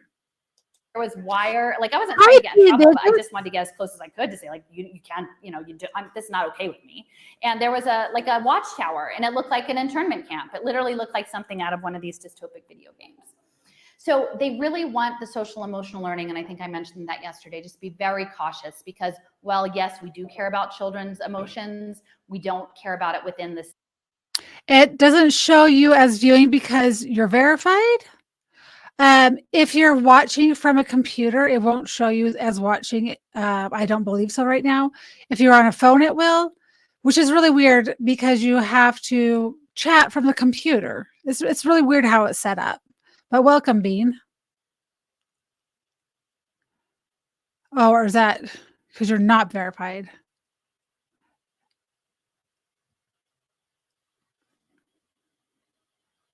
State of scientism and technology. Depends how you're watching. That goal is not, it's a dual purpose, and they're not doing what they're telling you. So this guy, it was at Heckman's meeting, you know, I mentioned yesterday, he's like, well, let's incentivize the parents with pornography. Oh, just kidding. So this is later on in his meeting. He's with Otis, and this is part of this. Okay, so emphasis not on knowledge, but emotional management. Right. I don't know who I was talking to, but everything has gone away from reading, math, science, arithmetic, English. That was math. So we've gone away from the basic skills that we need to function, and now we've gone to emotional management. People worrying so much about people's feelings, and it's okay if you dress up as a cat today to go to school, because it's okay that you feel this way. You get to feel however you want, and it's this coddling and not teaching people how to think. And it makes kind of sense. Social and emotional development, SED. So you have playbooks. All right, these are just too small. I can't do it. I can't do it, guys. NWEA like map testing. And he's saying, well, you know, we're testing as a former administrator of a Chicago area suburban public school. Do you think I'm going to tell parents we're tracking their kids' neuroticism? Nope. I'm going to find some other way to say it that doesn't pack the school board room. And so this is being embedded into the online standardized testing for the children. So they're tracking the ocean traits, and I can't remember what each of them stands for. It's like outgoingness, conscientiousness, extroversion, something. The N is neuroticism, right? So they're tracking that. And my nemesis, my child's school, it was a magnet school. It was a public magnet school. Okay, so lots of, you know, academic people would send their kids to this school. And I was on the school council. I was a parent rep on the school council. And I walked in one day, and everyone's got like "Got Grit" t-shirts on. So Angela Duckworth is a Penn professor in positive psychology, and she's the grit professor. She's like, everybody's got to be gritty. It's like a bootstrap gritty kind of world, people. And she runs something called the Character Lab. Now, the Character Lab, like when they were doing this big thing with MacArthur, she didn't win, but she got a bunch of money from Facebook, Chan Zuckerberg. And so this, you know, so her kids were at my kid's school, and she's putting grit in my kid's school. And I got grit out of the school because they said it's entirely inappropriate that this is here. But when she was working on this Character Lab, you can see the gratitude playbook, the curiosity playbook, the grit playbook. These are all data collection categories for the Character Lab. I can tell you right now that, gosh, in the preschools here in Utah, they're actually teaching what she was just talking about, the emotional stuff, emotional awareness. And it's the boys being grateful, having gratitude. And I remember that his mom was, so grandbaby, his mom was telling us about this game, and that you had to do certain things and you would get these rewards. And I thought, again, it's word spells. Like, oh, you mean like good character, like somebody has good character. No. We're talking about the people with the arms hanging out. They're building characters. They're building characters. They literally are building characters. So, you know, can I prove it? I can't prove that. But like, They're harvesting the children to this system. So again, you can see here, she and Heckman, she works, Angela Duckworth, with Probably James internet, Heckman Julian. on psychology. Maybe. And they're like, we need psychology to do our labor force modeling. And there's a focus on soft skills. So the Stimuli program that we looked at before, that was the virtual video game, was partnered with IBM and Microsoft and these other companies. And most of the education was outsourced to online mentors, corporate mentors for children, and that they would do chats. And they said, surprisingly, corporate people didn't want to spend a lot of time mentoring like middle school children, right? Because they've got work to do, because they're corporate people, right? Like the teachers should be teaching the children. Exactly. No, but like they're having these mentors. And they said, well, to make it convenient, the mentors would upload minute-long clips, and then they would talk about it in the text chat box with the people. Well, the thing is, all of this AI machine learning also does sentiment analysis. Okay, so all of that paper trail, all of that digital dust is being mined to profile these children as they develop the soft skills or not, because they want to know, again, who is the leader, who is the follower, who is the person who is not going to go along with the program, who is the person who will do it to your face, but like they want to know all of this thing. So they're framing. I don't know if you guys have heard me say this before. I think that is exactly what X is doing. Right? They have all of these rules that you don't really know. You don't know what all the rules are. You don't know how the algorithm works. I feel like it's a big, huge, at times, a social experiment, because they can pay attention to who figured out how to change their behavior. You either change your behavior in order to make money, right? Or you still continue down your behavior and you get kicked off, or you kind of skirt the line, but you still kind of keep but you don't get as much interaction. So I kind of feel like it's kind of that way now, and it's really weird. So work-based learning equals training your AI replacement. Work-based learning. Executive summary. Evidence is growing across fields and disciplines that highlights the importance of soft skills to the achievement of long-term education. So long-term education, I used to think, yes, moves us towards social credit, 100%. P digits, and I've said that a lot about. I've said it. I made a tweet about it, and then I deleted it because I was getting deboosted, right? So I modified my behavior, but when I modify behavior, I make mental notes as to, what's the end goal? So anyway, lifelong learning. I used to think that was such a good term, and I'm starting to think that long-term education is not such a great word. Employment, health, and violence prevention outcomes. Heckman, I'm going to sneeze. Don't sneeze. Don't do it. Don't do it. Don't do it. I just willed myself not to sneeze. Oh my goodness. Okay. So whatever that book. So this is from 2007. Soft skills are skills, behaviors, and personal qualities that help people to navigate their environment. So soft skills, emotions maybe. Relate well with others, perform well. So you got to relate well with others, perform well, and achieve their goals. That's from 2015. Soft skills are expressed in the form of observable behaviors, generally in the performance of a task. Once believed to be fixed personal traits, evidence shows that soft skills are malleable throughout the life cycle. So what they are doing is they are teaching our kids to be malleable, moldable, right? You teach them these soft skills and they're little robots. They'll do what they're told. All right. International youth development programs have placed more and more attention on soft or life skills. Investments in school-based, out-of-school, and workplace-based programs and activities that promote developing soft skills have grown significantly worldwide. Yes, people are sensitive. You can't criticize someone. Body positivity, right? Oh, yeah. And if everyone's obese and they can't do anything, then they'd be happy to sit at home playing a virtual reality game and earn tokens to eat, maybe. Out of school, workplace-based programs, activities that promote developing soft skills have grown significantly worldwide in different settings with different mechanisms of change and aimed at different groups of adolescents and young adults. USAID, who is a big, huge investor in USAID? Julian, I'm sure you can get this one right because you guessed earlier, but you guessed wrong earlier. USAID said has invested in identifying the most important soft skills for specific youth development outcomes. So let's give you the answer. Bill Gates is a huge investor in USAID. First through workforce connections and later through youth power action, and on assessing tools that measure those skills. So they're not measuring, they don't care about, like, is it in Portland, Oregon, they're doing away with all testing to get into college? Correct. They're taking away tests that monitor how smart you are to get into college. So the ACT, the SATs, they're doing away with that. It won't let you type, thanks, Obama. Seriously? Tell me you're kidding right now. USAID has invested in identifying the most important soft skills for specific youth development outcomes.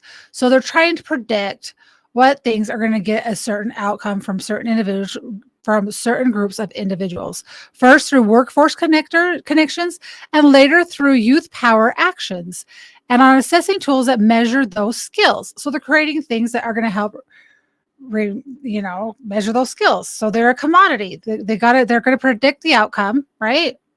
Much less attention has been placed on understanding how these skills are built and what practitioners should do to foster them.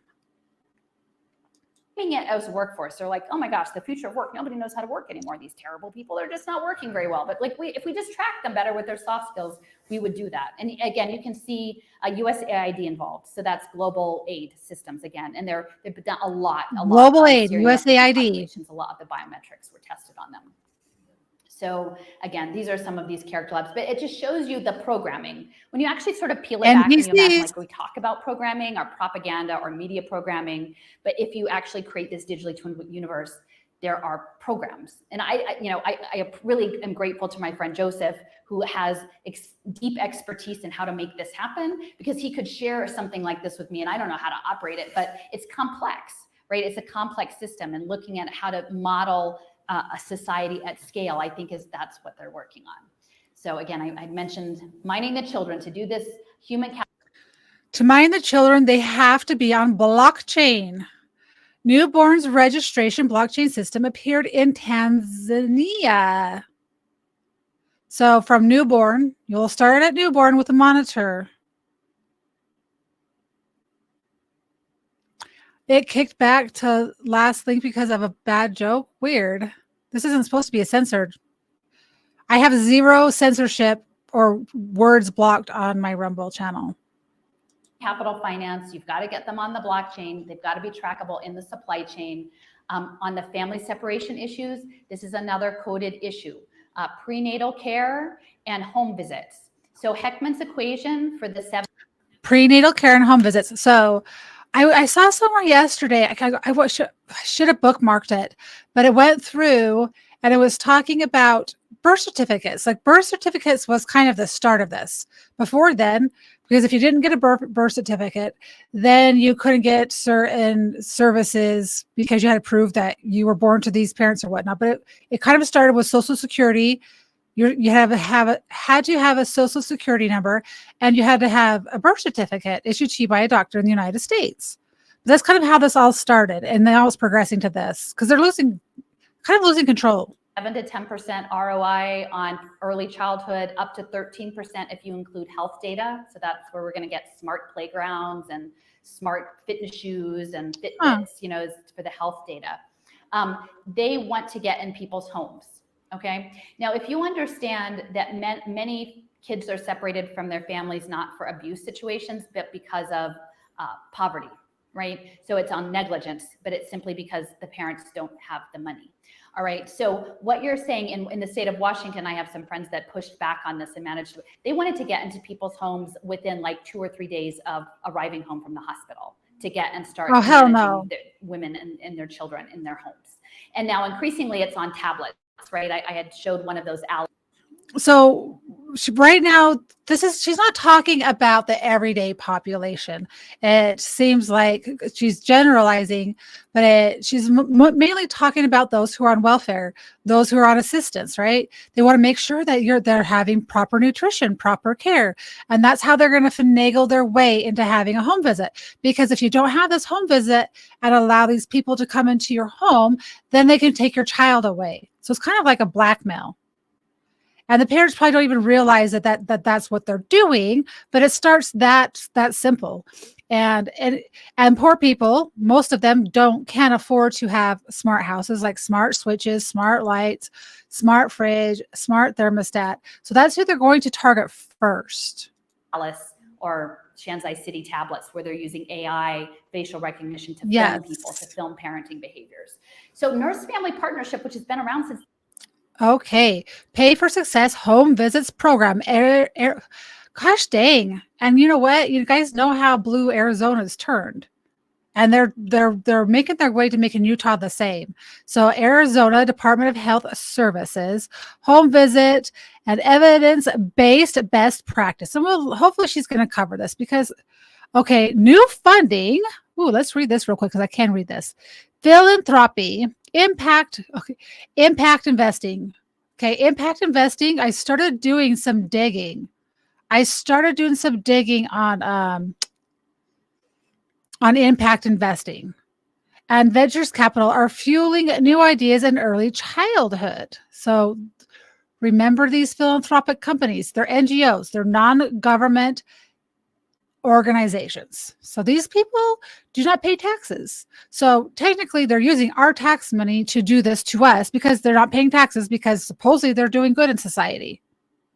The 60s, and I mean, has a certain reputation, is embedded in all of these states now. I mean, they're throughout everywhere. And actually, I got in touch with the state treasurer of South Carolina because he was fighting this in South Carolina. And they were the pilot for the Nurse Family Partnership home visits. And what went along with that was this thing called Goal Mama app. Okay. So they said the only reason women are in poverty is because they don't have their goals structured properly. They just need a digital nudge. They just had a digital nudge at the right time, they would behave properly and they would not be poor. So the woman who developed this app is the wife of Pierre Omidyar, founder of eBay, who's head of Omidyar Network that's pushing universal digital identity. And she has like a neuroscience patient compliance lab called Hope Lab to make sure patients are compliant. So she helped develop this, and then Nurse Family Partnership implemented. Okay. So the thing I was trying to tell the treasurer of South Carolina is, hey, the other thing is all these, like the state treasurer manages the money, right? The investments of the pension funds and the college savings accounts. They're going to try to get you guys to invest in the pre-K bonds, right? And they're going to say it's a good thing for the state. We'll invest in our people. And so we're trying to figure out how to fight it. But the challenge is most people don't have pre-K bonds. I've never even heard of this. What? The bandwidth to know, but this is a paradigm. And I have to say, most of the people who are on to addressing the issue of home visits, which is not to say that I don't want women to have prenatal care or appropriate support or access to medical care of their choice that they're comfortable with, but getting in people's homes and getting data analytics on them and their family. By choice is a key word right there. By choice. This should be forced upon you, but it is being coerced. Relationships, I think, is highly problematic given the power imbalance. So this is another piece. I did a post on ACEs, Adverse Childhood Experience Scoring. And again, that came out of Kaiser Permanente, which is a major impact investor and managed healthcare space. And it's around preventative care, which sounds lovely unless you understand that preventative care is prescriptive social prescribing pathways to enable all of this, right? It's like, because they actually don't care about you being healthy. They just care about you being busy, trying to look healthy, right? And so when I wrote this ACEs article about why is it a rubric? Why is it a number? I'm not here to say, like, I have personal experience where I do feel that childhood. This is why they want you to take they have so many well visits when you have babies. You don't need baby. Okay. In my opinion, I'm not saying this is for everyone. In my opinion, I didn't feel like I needed to go take my kid to the doctor all the time for well baby visits. If they were growing, they were going pee and poo every day. They were on a good, healthy schedule. There was no need to just go have a doctor weigh them and measure them. That was a way, and that was years and years ago. I'm sure it's changed a lot more dramatically than that. trauma does have long-term health implications. I'm not saying that it doesn't, but why is it a score and who does it benefit? So Kaiser Permanente went over to the NHS and was advising on their managed care. And my article went a little viral in Scotland. And I'm like, well, what Scotland? That's a little odd. Well, it's also Carnegie. Like, oh, this is also Carnegie Corporation. So Carnegie is both Scotland and here. But they said, well, did you hear about this named person scheme? Like, they're in our schools and they're trying to. Okay, Scottish named person scheme. Family separation, named person scheme scrapped by Scottish government, making Scotland the worst first ACE-aware nation. National Conference 26, whatever. Okay. I guess she's going to have to explain this to me. Our families and have families take these surveys and collect all of this inscrutable information, and they have assigned these data collection centers where they're going to assign a minder to a child outside the family from birth to track them. And then that eventually got shut down by the Scottish government in 2019 after quite a bit of litigation. But they were already assigning non-family child minders, and they've been doing that. Because why? They want to. They've been doing this gradually. They want to. Part of the plan to get to one world government is your kids have to belong to the government and not to you. They have to take that parental role away from the parents. You give birth. For now, we give birth. You give birth, but the kids won't grow up to respect your authority. They want to respect your opinions. That's a lot with what's going on in the United States now, where someone can go, a minor can go have an elective surgery that would never in a million years be allowed to happen. And they go have this elective surgery, and you have teachers saying, hey, you can go do this. We won't tell your parents, right? I won't tell your parents. Let's just keep it between us. Right there, that is a way. And these teachers are taught to do this and to be secretive and to create these outside organizations or these outside like groups that you can, after school groups that you can go and do, and they keep it a secret. And these teachers who are part of the government, right, because it's public school, are aiding and helping your children or some people's children get access to things because they don't, as a minor, they don't have access. So you have someone who's an adult, like a teacher, that can give you direction and aid and give you a ride if you wanted, but give you access to these things. So it's undermining the parental role, and it's putting the state in the place as the parent, and it's gradual. In Scotland. So again, so there are many, like whenever you see these national campaigns, and I'm not in any way saying these aren't issues, but like when you see the decoding dyslexia, ACE is aware, like they're all in every state, and they're like, no, we promise we're grassroots. There's a reason. And so like Arizona, I would say most people who are operating this space. Trauma-based programming. The Arizona Adverse Childhood Experience Consortium promotes a greater understanding of the impacts of toxic stress and trauma and supports efforts to address and prevent them. Okay, California Medical Association launches first of its kind ACEs initiative. So it's Adverse Childhood Experiences is what ACE stands for. Beginning January 1st, 2020, Medi-Cal will begin paying for ACE screenings. So they're going to take your kids, whether they be in school or early childhood, and they're going to screen them to see if they have any kind of trauma. Okay, trauma is all relevant to, I'm sure there's abused children, and they need to get the help they need, but space have good intentions, right? Very few people get into this because they want to hurt kids. And it creates a lot of cognitive dissonance if you say, by the way, this is going to be tied to impact. And within these impact markets, they run on broken people. Impact markets. If the logic of this market is that if you can make a profit managing people who are impoverished or traumatized and ameliorate it, if you're making money at it, you'll only grow more poverty. Like there's no incentive to actually make that poverty that. Yes, they don't want to cure poverty. They just want to make money off of your poverty. It's just like the homeless situation. How much money in California has been made off of grants and programs, and there's been nothing done. Maybe very little done, but it's just a growing poverty because there's money in it. There's money in keeping you poor. Eventually, it's you being emboldened. You owe these people. That's how it starts. They don't want them to do better.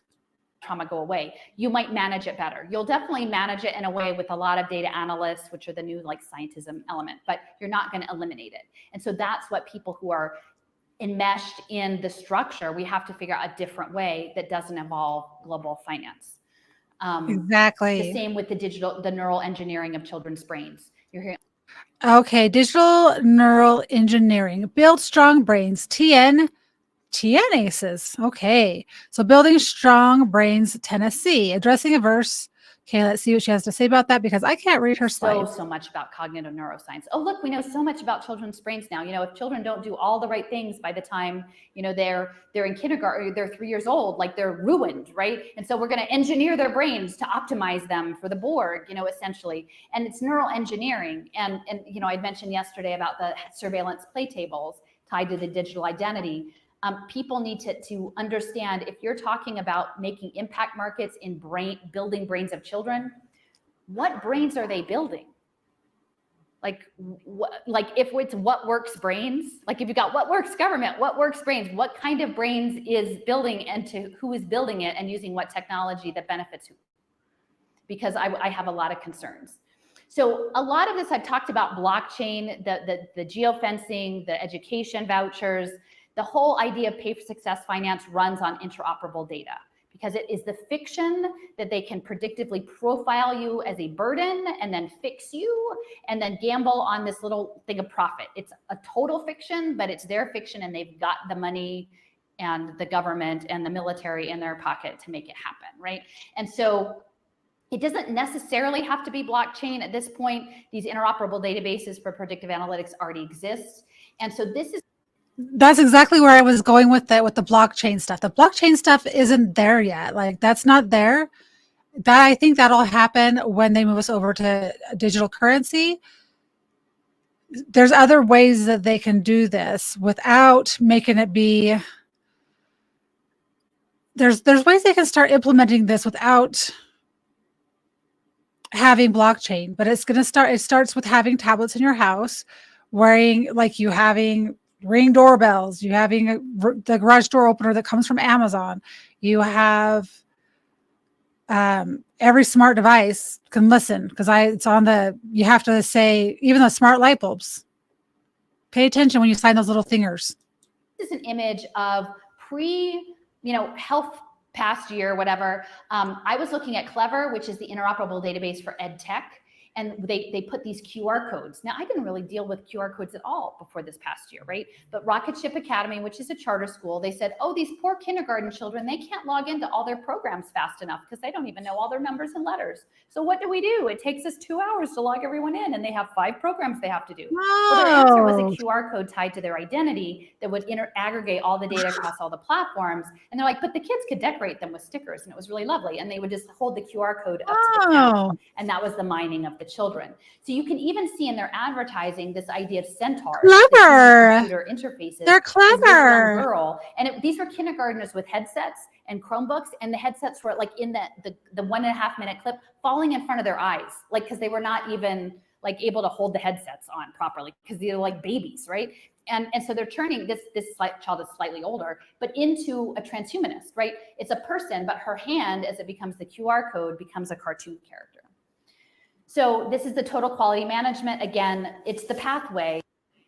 So total quality management, human capital, global finance, transhumanism, kindergarten readiness. So these are the programs, right? 3rd grade reading. So they do lots of testing during 3rd grade, 8th grade math, high school graduation. Yeah, they do a huge test at 8th grade, post-secondary enrollment, post-secondary attainment, and then into employment. So that's going to be the metrics for impact investing. So kindergarten readiness, so vital signs, why cradle to career outcomes. So from the time they're born, they want to assess them, predict their metrics for impact investing for the rich. It's just for the rich people, right? Creating ripple effects, building a culture of continuous quality improvement in Arizona. It's managing children as data, that's Strive Together. So that's in Arizona. That's Strive part Together. of the knowledge works learning ecosystem, but moving them from kindergarten to employment forever on the pathway as data. So again, this is just talking about pay for success finance, health plans in Arizona schools. So they're going to medicalize your kids in schools. And I know people have been talking about that. They've already tried to do that in my state. They'll say, "Oh, we're doing flu shots, or we're doing the HPV vaccine, or we're doing the da da da." So they're bringing people to the schools now that I know of. So improving health outcomes, right? So you start with investors, intermediary, then you have the social finance, structure coordinator, and management risk. You have social service providers, delivery systems, services, PDA, and then you have your target population, the achieve outcomes, independent evaluator or validator. So you either have someone come into your home or something else, measure and validate, and then back end payer.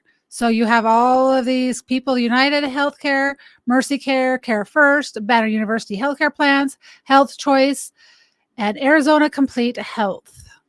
For a long time, but because Obama gutted the Student Data Privacy Act, FERPA, if you conduct medical or behavioral health or physical health procedures in schools, the data is not protected under HIPAA, and it's a lot laxer. So what? So when my kids, me as a parent, when my kids would bring home surveys, I didn't let them do surveys.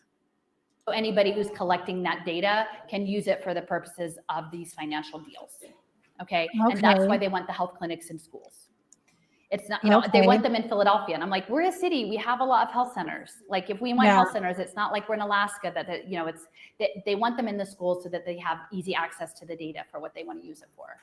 So these are all of the entities that are part of this program in Arizona, and social finance is the key player there, right? But you can see all of these people's jobs are relying on this system running. So when you start questioning it, all the people who are implied by all these things, they have to stop and think like, whoa, what am I a part of? And like their immediate pushback is going to be like, no, I just want kids to be healthy. Like, I just want them to be fit. I want them to eat good food. Like they're not going to say like, oh, is this about like the Israeli and social finance and the smart shirt and the, Warburgs in Sweden? Like they're not going to think that because they don't know any of these things and they're not supposed to know. But I'm here to tell you, like, this healthy outcomes we all know the deck is stacked against the healthy outcomes. So I think I mentioned yesterday my friend who is the main school teacher about her co-teacher bringing in the Fitbits, the wearable technology that like, hey, if you work out, UNICEF will give a food packet to a needy child, right? Well, so UNICEF,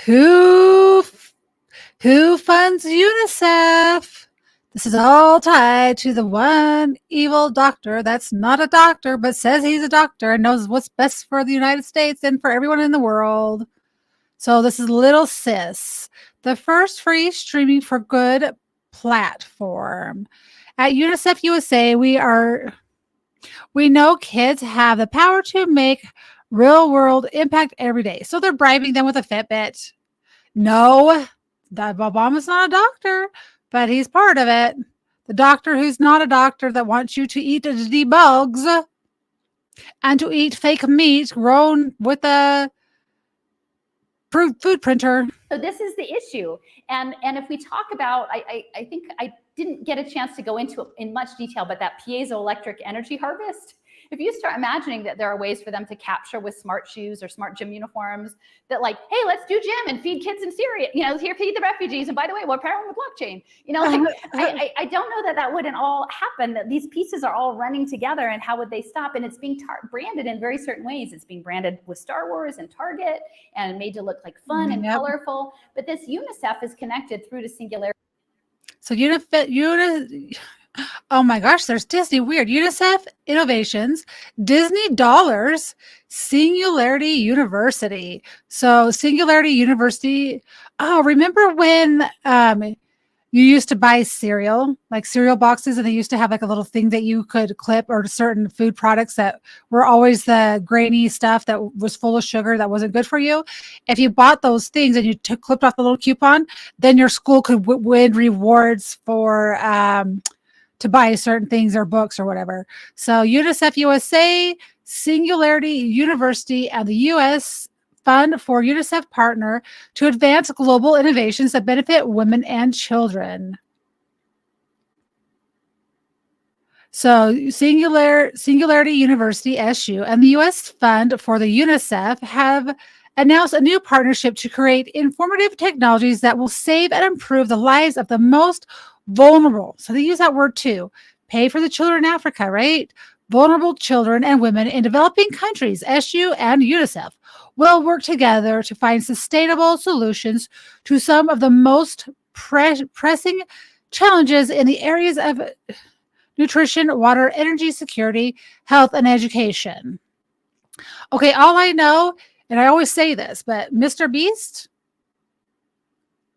was able, with his money, to install 500, was it 500 or 5,000, 500 wells in Africa. How long have these companies that are funded by Bill Gates been in Africa doing stuff? A long time. And that's why he almost got canceled, because he actually did something. Nobody had to do anything. No one had to go pay and donate money for, the starving children, the poor kids, the poor children. What about the children, right? Yeah, 40 years. 40 years he's been over there. Oh, it's been longer than 40 years, Julian. You have to remember that it's family inherited. But a really long time. And that's why Mr. Beast almost got canceled. What did he do? He made videos to make money off of YouTube. And he almost got canceled because there are solutions that don't require control of people. University and the tech interests. So, they're saying that Singularity University wants to benefit women and children, but I think really what the goal is to erase women and children. I mean, I think that this goal is to benefit them to the extent that they can transmute them into a digital simulation. So again, this is just more kid power. You can see it's part of the brand franchise. This is mass media, consumer culture. Is this why Star Wars got, really weird? So with the Star Wars brand franchise, and many of the missions that users can join are fronted by well-known sports personalities. Kids Power combines popular culture, gamification, and self-surveillance with the science of the body and data analytic technologies to produce a device and a platform that link personal health with global health. So my personal health is going to be global health. I'm going to be feeding the children. It makes physical fitness into a key indicator of responsible citizenship. I'm responsible by exercising. Going to create some energy. UNICEF has also developed a wearables for good competition to devise new designs for wearable technologies that can solve major global challenges in healthy children. Transformative learning and teaching in physical education so they're going to, you wear this band all day long, you're going to save a child's surveillance. Kid Power combines popular culture, gamification, and self-surveillance with the sciences of the body and data analytic technologies to produce a device and a platform that link personal health with global health. It makes physical fitness into a key indicator of responsible citizenship. I mean, so she finally reads really a slide out loud. Right? Really? But it's Star Wars. Thank you. Right? So we should all just go on. Maybe she's blind too. I mean, and that's like when Drew was saying, like trying to deal with some of these histories, like there is a lot of process when we're like everything we were taught isn't what we thought. Like Sesame Street isn't what I thought. Like Star Wars isn't what I thought. Like these things, UNICEF with the little like collecting quarters at Halloween, like wasn't what I thought. I love her. So, but it is what I hate that I'm blind. So telehealth is coming to the schools, such that the kids are still in schools. Telehealth is after them both for their. Can you imagine telehealth being in schools and you're not there as a parent? Yeah, I can see how telehealth is coming. Physical and mental health. It's not just them getting vaccines in schools. It's all sorts of other medical procedures which will be mediated online because that information has to be part of the pay for success deals and has to be scalable. So they don't have time for nurses to write down their own records and file them away. Like I'm saying, Philadelphia, we had terrible shortages of school nurses and we had very high rates of asthma and chronic illness in our schools. And they would not pay for nurses. You would get like a nurse a day and a half a week. And if you were a rich school, then maybe you could move the budget around and get a nurse for 2 more days. But they're not there because they're paying professional health professionals. They're doing it to enrich these telemedicine businesses. And again, the Daily Pass, that's part of the Los Angeles vaccine passport for school access, but that was being used to both track symptoms, track test results, schedule injection appointments, And so once you have that QR code, when we think about my pass, in Austin in the digital identity, like once you've got that QR code attached to that kid and their biometrics, you've got their digital identity, right? And all that data starts to layer. Like, oh, well, what are their health stats and how does it compare to their test scores, and all that data what did they eat? Are they on free lunch? What did they get, the apple or did they get the hamburger? All of that starts to add in. And digital therapeutics, I would think most people in the healthcare space are not aware that big pharma is now moving into something called digital therapeutics. Achille was developed at UCSF, Neuroscape, Adam Gazzelli, and then he spun it out to a for-profit company in Boston, Achille, which has many big pharma backers and investors, including Joy Ito, who used to be with MIT Media Lab. They did the clinical trials at Duke. So this is a prescription video game for ADHD, pediatric prescription video game ADHD. It's passed, it's out there. So imagine your child is enrolled in school after all of this trauma of the past year, and they say, oh, your child, they need to like a little tune up on their executive function. I think we should prescribe. Wow. And then you're a parent, you're like, I don't think so. No, thank you. And they're like, well, maybe we should send social services to your house, because your kid really needs to refuse it. And so that's what I'm saying is what's coming if we don't pay attention, because digital therapeutics are a really big thing. There's a whole digital therapeutics alliance, transforming global healthcare by advancing digital therapeutics. So they're getting so much scrutiny over the pharmaceuticals.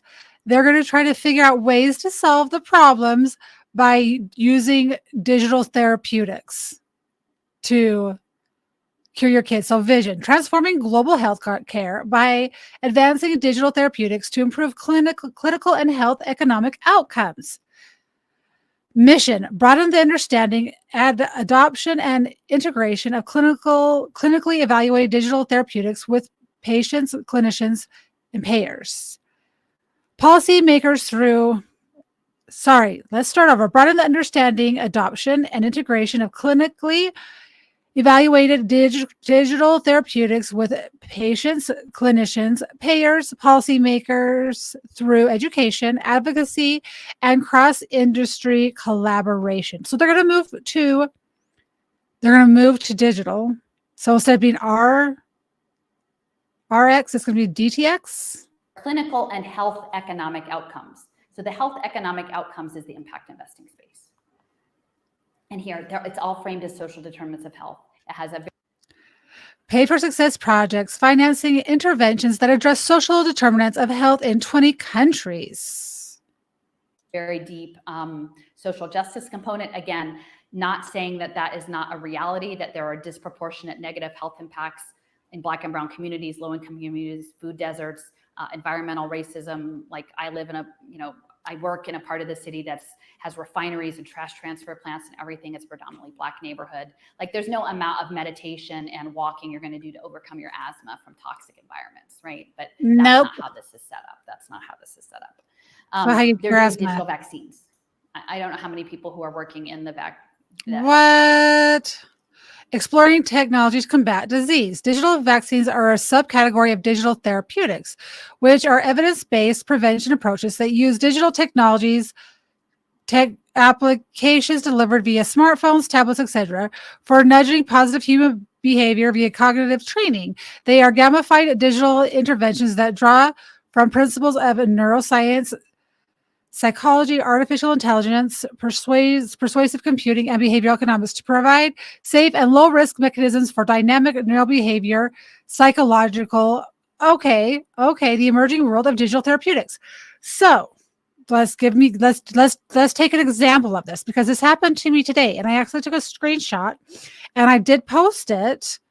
Okay, so this is from my pharmacy. My name, the CDC recommends all adults 18 to 59 receive a hepatitis B vaccine to help prevent a hepatitis B liver infection, right? So that is the nudge. That's the nudge. Oh, it is recommended by the CDC that you should go do this, right? So they put that out there. You get a text, and it's like urging you to do such a thing. Child health space are realizing that they're doing, this is for diabetics. So they're going to set you on Did you do a live stream pathway to keep you from being Yay! diabetic, right? And that's a huge issue. But if I don't know where you guys are, Philly public schools, most of them don't have kitchens because they were built at a time when you would go home for lunch. And so the food is prepackaged in plastic bags and microwaved, and it's terrible, terrible food. They don't even make like they're giving kids good food. So, I mean, this stuff is ridiculous. Behavioral health, Neo World. This is another video game that they're aiming for school. Okay, Neo World Children with Behavioral Issues. We're so confident you'll love Neo World Homeschool Academy. Okay, this is how we're getting into the digital schools for learning special needs students.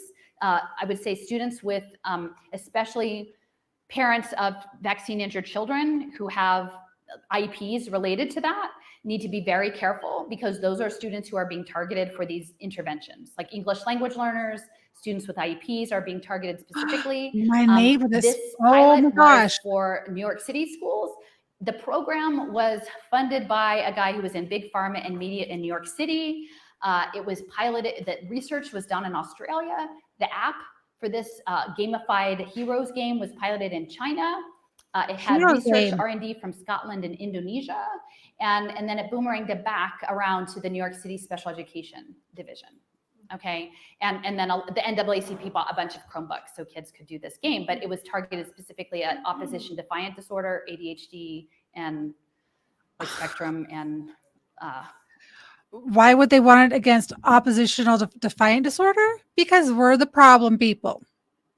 One other one, but it was targeting kids. And like, look, we tested it at the end of the day when the kids were falling apart anyway. It was really great. Essentially, it's a digital sedative. And they're framing it, though, you can see, as a homeschool.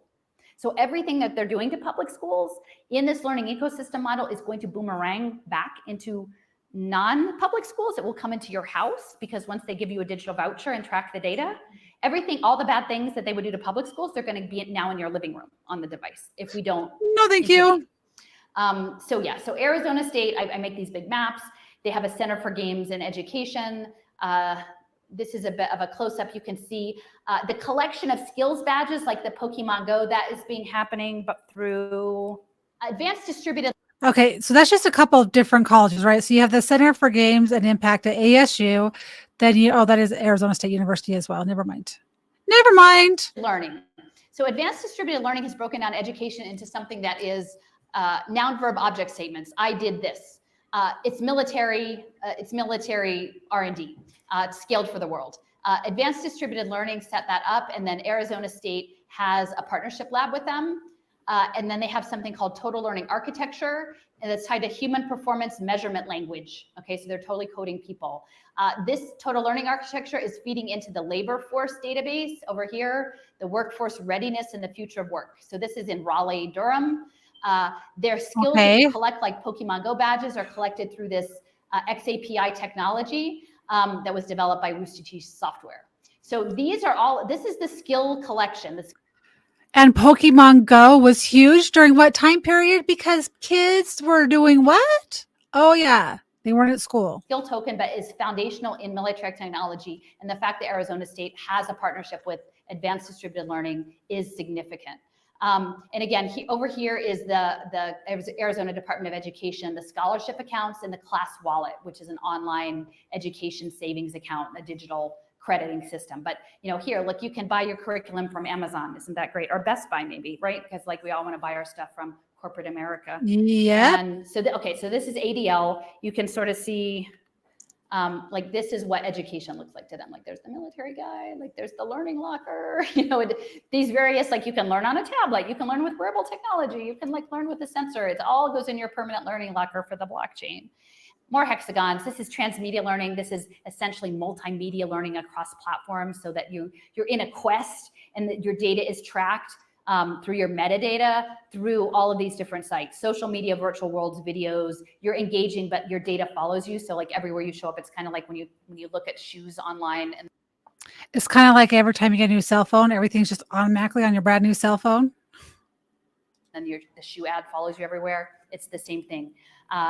This is the we can track it, the API. And again, do you want learning where the Army says we can track it? Learning happens everywhere. We can track it. This is, I would encourage when I send out the video that you guys look, it's only a minute and a half. And these flip, they're little analog, and they're like, I learned on my phone. I learned on my tablet. I learned, in all of these places, but it's all tracked. It's all tracked. And this is, here we go. Here's Sophia again with the robot spying on her, being tracked. Education for virtual Wow. worlds. I guess I'm getting close. In 2016, the DNC was in Philadelphia. Atlantic Magazine had a whole She's going to start going fast because she's getting short on time. So, education for epic games and virtual world building, teaching for tomorrow in the creative economy. Suzanne Del created Internet of Things Caucus, former Microsoft executive. Helen Jim, Philadelphia City Council. Paul Megan, President Epic Games, Chinese company. Gosh, they always just want to get in bed with the Chinese, don't they? Owns 40% of Epic. Constance Steinhuckler, gaming expert, informatics.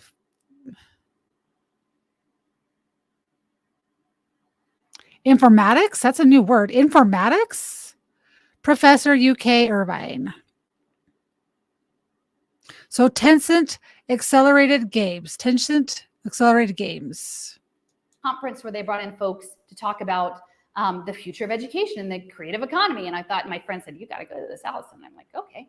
So I go, and it was Suzanne Del Bene from the state of Washington. She's the head of the Internet of Things, one of our progressive city council people, the head of Epic Games, I think Paul Megan, this woman, Constance Steinkuhler, who does military gaming, and then the moderator. And essentially during this whole thing, Paul Megan was just like, we need the kids to code our games. We need kids to train to code our games. And I'm like, well, this is kind of an odd thing for you to say, like, for an hour, like, we need the kids to code your games. Like, well, that's not education. And at the same time, I'm thinking, like, I'm not getting it, right? And so it was like maybe 6 to 10 months later, I'm like, they have to build the virtual world. Like, your game is the virtual world. Like, this is Empire. Like, you're like, wow, my mouth is just like, they got to build the virtual empire, and then we need everybody coded, everybody on STEM to build the virtual world. They are again, Fortnite is Epic Games among their stable, but they have something called Unreal Engine, which is building synthetic people and using them in advertising. They scaled Fortnite with the money from Tencent.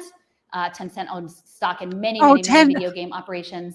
And I could just say, like, okay, can I just laughed at myself because I was calling it Tencent or Tencent, right? It's just 10 cent. Okay, 10 cent. Sometimes I just read words as literal instead of how, oh my goodness. Like, if you are planning some sort of like the amount of biometric and Fortnite metadata that's collected in multiplayer games is pretty intense. So if you just wanted to like pocket that and understand, like, how do people play Fortnite in Alabama and in London and in Melbourne or other places, so that you could plan your asymmetrical warfare, like, just sit on that for a while, right? That data doesn't go away. Like, the 10-year-old today that's playing it late into the night, like, soon they're going to be 18, right? And then they'll know. They'll have a pretty good baseline of behavior. Yeah, that probably started. So Center for Games and Impact. Again, impact is social impact. Joan Gantz Cooney Center is Sesame Workshop. You see USAID, so that's Global Aid Systems. Intel. MacArthur is all about the badges and learning ecosystems through collective shift in this LRNG.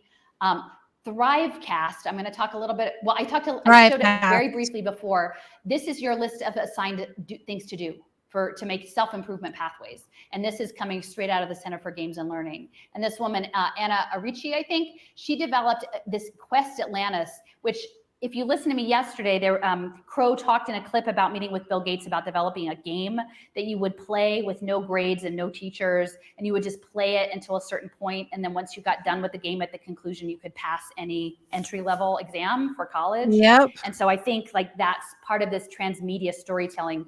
You're in a quest, you're a game character, you're in this narrative, you're navigating it, but you're also competing against AI, and it is learning you, and so it's not really a fair game, because it's you're teaching it about you as you play it, and then it can manipulate the outcomes. So again, Hewlett-Packard working on human capital analytics. They've got this education data command center. If you understand that Hewlett-Packard is also working in border control in Gaza, that also puts it in a different light. Wow. They're also involved deeply in biometrics. They're also interested in digital biological computing, right?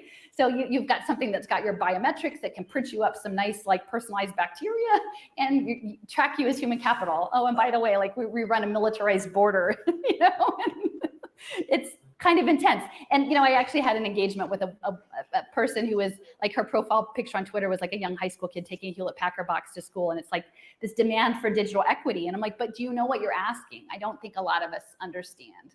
So trusted learners, this is what Crow is building, is this digital representation of people as human capital. Lumina Foundation is betting on these futures. So all the betting stuff that I'm talking about, the credit transparency initiative, extended transcript wallets, Lumina and Salesforce, that's Mark Benioff. Robinhood is this guy, Paul Tudor Jones, who literally dresses up like Robin Hood in tights at the Javits Center for his hedge fund.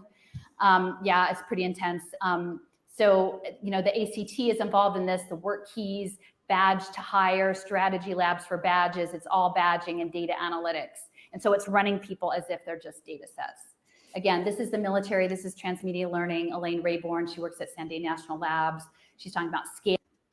Hey, Kari, did you watch any of the other videos? So I told you that I did. This is our fourth one.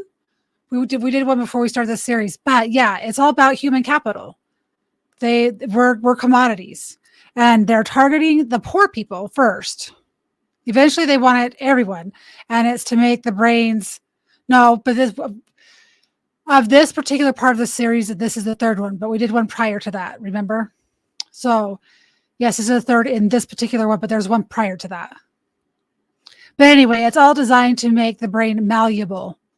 It's focusing on focusing on emotions and not actually math or English or those type of skills. But yeah, but it's really insane, and it just ties in with everything that I've covered. So like everything's just gone through this progression. But if you do anything, Kari, watch my Gladio series on Rumble. That hands down is like the most important thing that everyone needs to watch, and then stem from there. Scaling, training thousands of learners. Again, Crow talks about, you know, their aim is a 1 billion person online university, like run by the military. Right, is my so mouth. That's kind of crazy, but measurable behavior change, that's the impact markets. Well, anyway, we've got Michael Crow, In-Q-Tel, Niantic, Future of Work down here. And these are, the scholarship accounts. This will tug at your heartstrings just a minute. So this is in Salt Lake City. Jim Sorensen is a key impact investor. And this was actually a gathering around human capital finance for juvenile delinquency. Okay. But in the end, there was a woman who worked for a food pantry. And she said, you know, you're talking all about these social impact bond deals. And, you know, I don't really think any of them are going to work if people are hungry. I think if people are hungry, that's none of the other stuff is going to work. And so Ian Galloway, he's with the San Francisco Fed. This is him here. He's like, well, you know, like the thing about these deals is you have to have the cost offset. You know, we haven't figured the cost offset yet for hunger. Maybe test scores. Maybe test scores would be the cost offset for hunger, child hunger.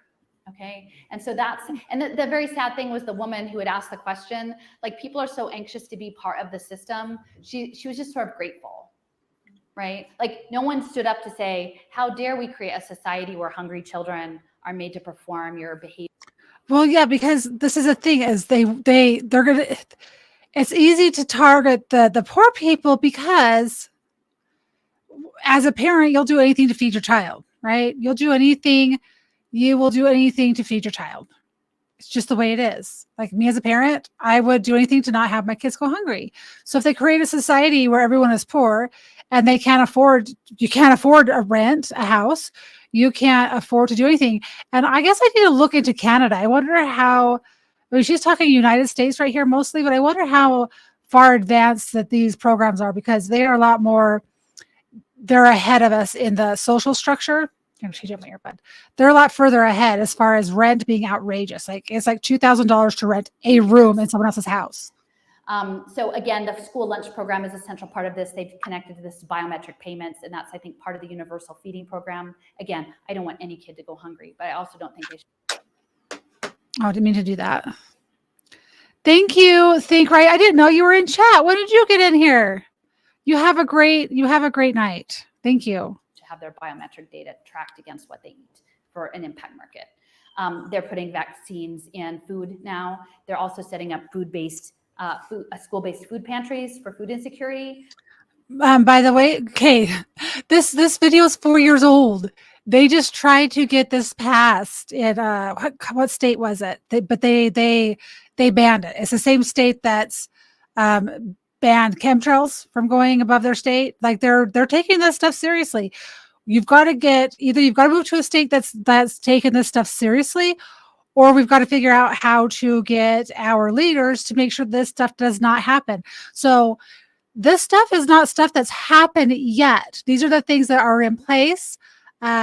These are things that they want to do, and they might get modified as time goes by.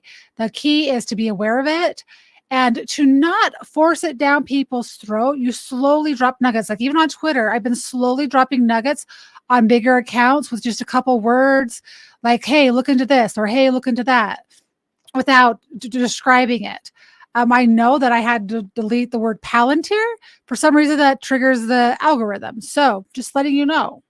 Where you take good deeds as payment, which sounds really cute unless it's like tied to the blockchain and your good behavior in class depends on your family if your family eats.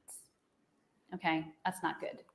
I will say the pre-K database system was essentially set up by a guy who formerly worked to set up the case management software for the FBI. So that's kind of weird. Like when you find these are the things I find. I'm like, why is the guy? So yeah, anytime you see that DARPA or the government has created something, that's good. I'm glad you were here, Think Right. But anytime the government's involved with a social program, I mean, I guess it's public education, right? We really just need to go back to like Little House on the Prairie days or Anne of Green Gable days, where you had a classroom and all the kids were all in the same school. You had a teacher, and the older kids, when they were done with their work, would help teach the younger kids. And right, I don't know. Like, I just feel like we have to go back to that. Get no more cell phones in schools, no more tablets and computers. Like we did just fine. Like those resources can be available. Why can't we just go back to that? You spent 10 years building FBI casework doing preschool, pre-K data analytics. And these are the analytics. Data Zone, I mentioned before, Silicon Valley Regional Data Trust with David Hausler, who put the Oh, wait, we got to read this one. So Silicon Valley Regional Data Trust, investing in the future of children, families, and communities. San Jose, California, representatives from the Silicon Valley Regional Data Trust, SVRDT, a partnership between the Santa Clara, San Mateo, and Santa Cruz County Offices of Education, the University of California, Santa Cruz, and Health and Human Services agencies in the Tri-County region of the Silicon Valley yesterday unveiled the governance model for a warehouse administered by the Santa Clara County Office for Education. SCCOE is the education data repository for the initiative and is the hub for the SVRDT. So in Santa Clara County, they already have a hub for this. At a luncheon hosted by the SCCOE, partners of the initiative were treated to a keynote address from Dr. Priscilla Chan. Do you guys remember that name? Wasn't she Priscilla Chan? Co-founder of that's why I know the name. Co-founder of the Chan Zuckerberg Initiative and CEO of the primary school. They were also provided a demonstration of the Data Zone's functionality and its Foster Vision application that provides critical information to social workers, probation officers, and student services personnel who serve some of our most at-risk youth. Okay, which cities are being flooded with immigrants that don't have an education? They're going to allow these people to get an education, right? Free schooling, free healthcare, free, like all this free stuff. This is why, because they're desperate. They're relying on being in this country. So they are going to be more than willing. Like we people in America are not willing to give up our data sovereignty. Like me, I'm very private. Like it took everything to sign up for Twitter because I didn't want to have all my data out there. I knew I'd have to say, yes, you can record everything I do, right? But we as Americans know what rights we have, what privacies we have. So you allow these immigrants. So people are like, oh, they're going to come invade our country. Probably twofold, right? They could be military aged men, but they are still some that come with families. And then once they get there and they have kids starting at pre-K, in order to stay in this country, you have to enroll in these programs. We're going to track you from pre-K all the way up through high school, right? We're going to track all your data, and they're not going to teach them the skills they need for, math, reading, English. They're going to teach them emotional skills. Oh, show me on this doll where your feelings are hurt, and let's make it all better. Like, that's going to be their goal. And I don't know why I haven't thought of it, but that, like, right there, right now, because California has an influx of migrants. This is why. All right, sorry about that.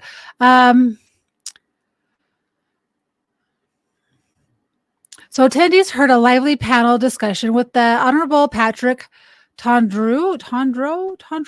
Patrick Tondreau, presiding judge of the Santa Clara County Juvenile Justice Court, UCSC genomic researcher Dr. David Hostler, and Juan Cruz, superintendent of the Franklin McKinley School District, on the importance of using comprehensive data to improve academic outcomes.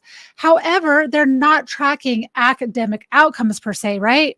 They are tracking outcomes as far as, because they're not really teaching academics. It's gone to emotional based. How can we control these behaviors? We want you guys malleable. We want people of the future to be malleable. We want them to be obedient and do what they say. So them targeting kids that have ADD, those that have oppositional defiant disorder. So why are those people the ones that they're trying to fix with tablets?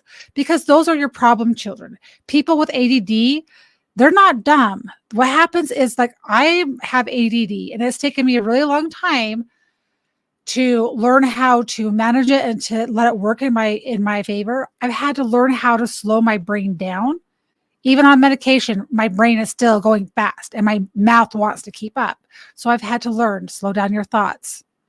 Allow yourself to think. Like, I've had to train myself to do that, right?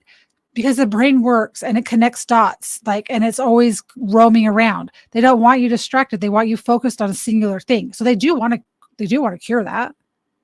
Where is David House? So Chan Zuckerberg. So there, Priscilla Chan, Mark's wife, was there. And oh gosh, where is David Hausler? Oh yeah, here you go. Genomic researcher David Hausler. So why do they want all the kids' genomics? And then it feeds into this National Interoperability Collaborative, which is where it pivots to health. And these feed to the Council on Crime and Delinquency and the Fusion Center. So all of the school-based data is being fed upstream into these systems.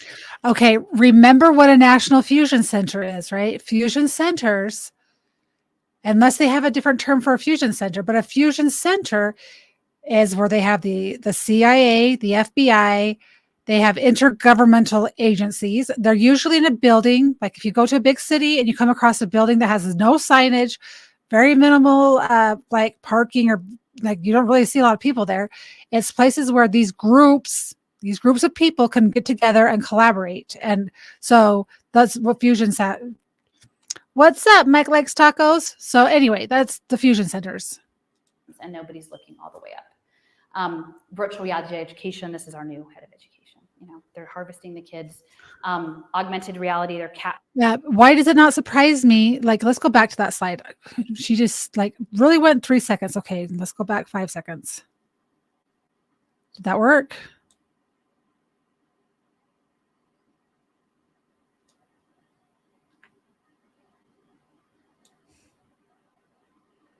Virtual reality lab here, so people should be aware of that. Collaborative, which is where it pivots to health, and these feed to the Council on Crime and Delinquency and the Fusion Center. So all of the school-based data is being fed upstream into these systems, and nobody's looking all the way up. Virtual reality education. This is our new head of education. They're harvesting the kids. Oh, it didn't get paused in time. Okay. Anyway, my point is Disney, shocker, is involved in that. And then you had augmented reality skills training and child labor. So remember, augmented learning is learning through virtual reality. So why use AR or VR? Why do all of our phones have that on our stuff now? So we'll let her talk about it because there's a big, huge will. Let's see what she has to say about this. Augmented reality, they're capturing all this data, heart rate, visual location, time taken, biometrics, eye focus, emotions, motion sensing. They're training them to be Amazon workers. They're training them to sit, be locked Global in gig casitas. labor. And so these guys like work. You're locked in, this thing works. And this is tied to Ericsson. So all the stuff about Sweden being great isn't great because Sweden is pushing this. So there is a big virtual reality lab here. So you saw what you had your virtual goggles and you have someone else working for you. Virtual reality in Arizona, virtual reality, video game design, and human computing interaction. So people should be aware of that.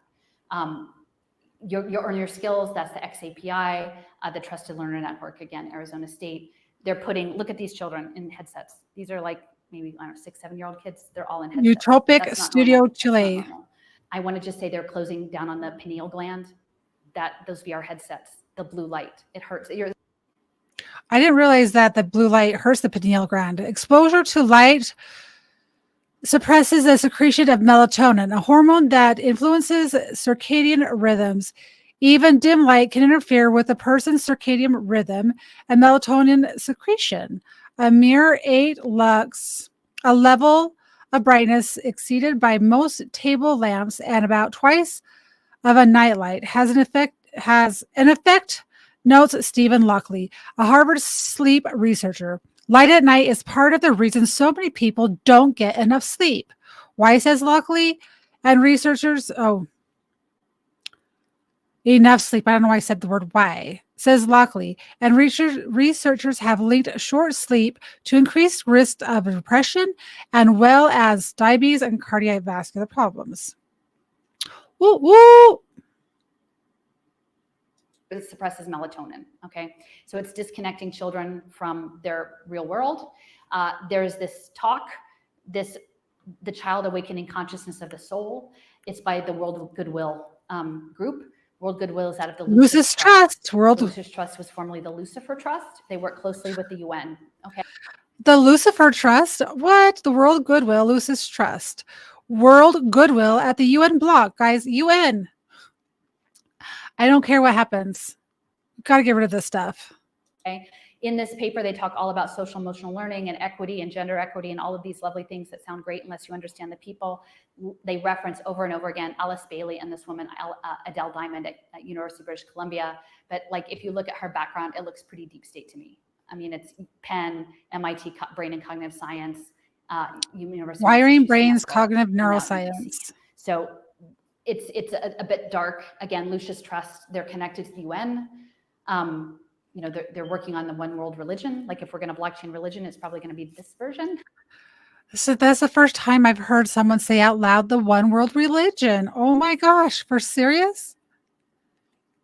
This ties into everything that we've learned, guys. It's just a different part of it that, like, because I focused on like the war part of it, the taking out control of a country, doing all the different left behind soldiers. Like I focused so much on that stuff. And I'm like, but how are they going to, what's the plan to get, like, where's the end? Like, we know what they want to do. We know that they want a one world government and they want to have 15-minute cities. They're going to use climate change and social credit, whatever, as a reason to get there. Yeah, I'm still on. I'm almost done though. But that like, how are they going to get there? And I've always wondered that, like, yeah, they got this thing here, but what's the end plan? And I've gradually, and you can think, I think Julian said this to me originally, and I was like, oh, we've got to talk about this, but everything is tying together. And I want to go back to Gladio, but I want to get this part of the information out there. And I have, I've been able to be fortunate enough to just gradually, for whatever reason, certain things come to me and are pieced together at a time that I can't even explain, right? Just there's an instinct that this is important, and this other stuff can be put on the back burner for now. But my kids are out of high school. I didn't let my kids go to college. My son went to trade school, and my daughter went to 1 year during COVID. And I was like, we're done with college, because that's when I learned that what they were doing. And I'm like, I'm not having you be brainwashed, that type of thing. If you want to be a nurse, you want to be a doctor or something that requires that type of schooling, then we'll take that next step. But that, but I'm not going to pay for you to go to school to learn how to basket weave. But understanding how this all works and what they want to do is important, because I want to have grandchildren, and I don't know how you stop something like this other than making sure that your school, like my state's already going full blown with this. And I had no idea, no clue. The world, peace, live, and whatever blockchain, and yeah, and this is from the book. I mean, they're talking about the pineal gland atrophying, I read that. but we know that if the I don't know if she's going to read this, so I'm just going to read it just in case. Although the pineal gland atrophies with age, the ancient philosophies teach that when a man takes up the spiritual life and undertakes certain spiritual practices, then the pineal gland once again becomes active. So becoming in tune with yourself, with nature, returning to the man to the full glory of God. Bailey writes in Glamour, a world problem, P1, we are told by physicians and scientists that thousands of cells in the human brain are still dormant, and consequently, that the average human being uses only a small part of his equipment. The area of the brain which is found around the pineal gland is that connected with the intuition. And it is these cells which must be aroused into activity, and which, when aroused, will manifest soul control, spiritual illumination, true psychological understanding of one's fellow man. This is so crazy right there. Intuition. Like when I tell you guys to listen to your gut, do your own research. Like this lady has done this research, is out there. Do your own research, validate it, and see if it's true. But going back to that spirituality, which is a big reason why they are trying to destroy Christianity, is they want to get you away from your inner self, your inner spirituality. And I don't care if you believe it that the grass is your higher being, but it's believing that you're connected to the earth in some way, and that there's a bigger purpose. And it's not government that is our bigger purpose. There's something out there, and you can define that however you want it to be defined as, right? That's up to you to do. But when I have shut off my inner self, like because either it's going through trauma or other distractors in life, when you lose touch with that, you also lose your creativity, right? You lose your creativity. I'm more creative when I can get outside. Like today, I went outside and put my feet in the grass, took a picture of my flowers, and was drinking my coffee, right? Looking in my head, planning out where I was going to plant things this year in the garden. But just that right there made me motivated, made me grounded. And when you do that, things come to you. That, you know what I'm saying? Like thoughts and ideas come to you naturally without having to force them. The World Goodwill is working with the UN, that's UNICEF, right? UNICEF is actively putting VR headsets on children to suppress their melatonin and their disconnect to the natural world. This is a robot program working with autistic children, okay? Like that's devastating. I mean, I don't know. I mean, to me, they're saying, oh, the kids work better with the robots, but like, it's called robo-kind, right? Like, and yeah, so this Lucis Trust is involved in UNICEF and VR headsets, and they're with the Vatican. I was asking for a sign when I was in Salt Lake City if I was on the right track, and I was. The Vatican, yep, that goes on with all of our stuff. You got the CIA, the Vatican, the mobs. You've got why can't I think? My brain is like, these words are right here. I can see them. I can see the image of it, but the word's not coming out.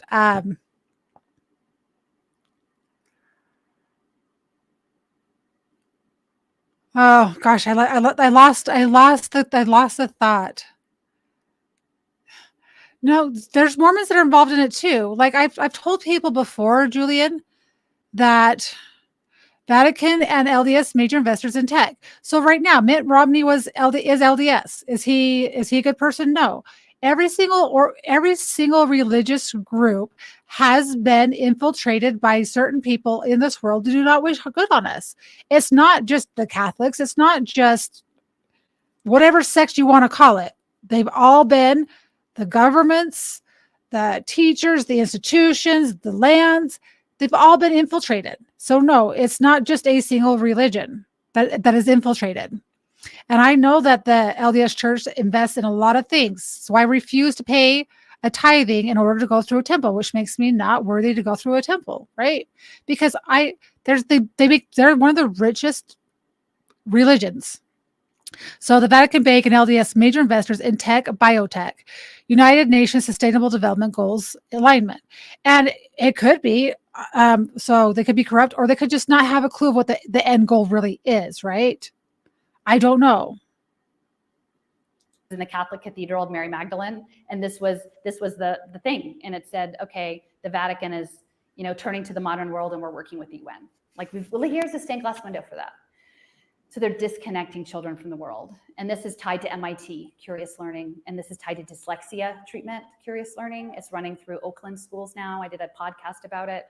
But you see, this is a child, probably in Africa. He's sitting on a little dirt hill, has a phone. He doesn't even get a tablet or a computer. He just gets a phone. The world is all out here. He's by himself, being programmed by this phone. Exactly, Steve. So yeah, these scholarship accounts, people need to look. These wallets are not what people think. And even the Heritage Foundation, they're looking at digital currency. They're framing this as a good thing. Heritage Foundation is the worst. Look at who they donate money to in campaigns. Saying that school choice should involve mobile money and data analytics. And I don't think that they're being fully transparent with people about it. And you know, they're setting kids up for these mentors, but who's teaching who? Oh, is that why they're allowing to have school choice? They're making it seem like they don't want school choice. So then, of course, the Republicans will be like, yeah, we want school choice. We want to pull our kids out. The money should go where the kids are. So you're going to bring your kids, you're going to homeschool them. You're going to use these programs, these apps, these whatever their plan is. You're going to use this plan. And they just got you, they just coerced you. They made it be your idea. Oh, this money is going to follow them home. And wait, I don't have to come up with a curriculum and teach myself. I can just give them a phone and they will learn and I'll get paid to do it. See how brilliant that plan is? It's brilliant. So, oh, you know, I think this will be my last thing. Can we play this clip?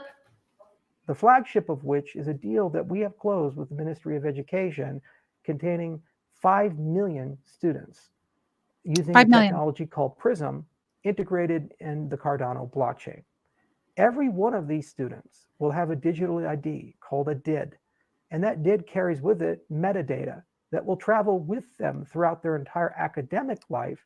And like those who left Facebook's clutches of the university into the real world, will actually follow them into the economic world. So as they graduate, as they go into the economy, eventually this infrastructure can be used for property, for payments, for voting, and all other manners of their economic life. And what's beautiful about this evergreen deal is it's extensible. Evergreen. Our priorities and goals are directly aligned with the vision and priorities and goals of the Ethiopian government. In a recently published doctrine of Ethiopia 2025, there was a bold vision to digitize the country on 4 pillars, the first of which was a national ID system.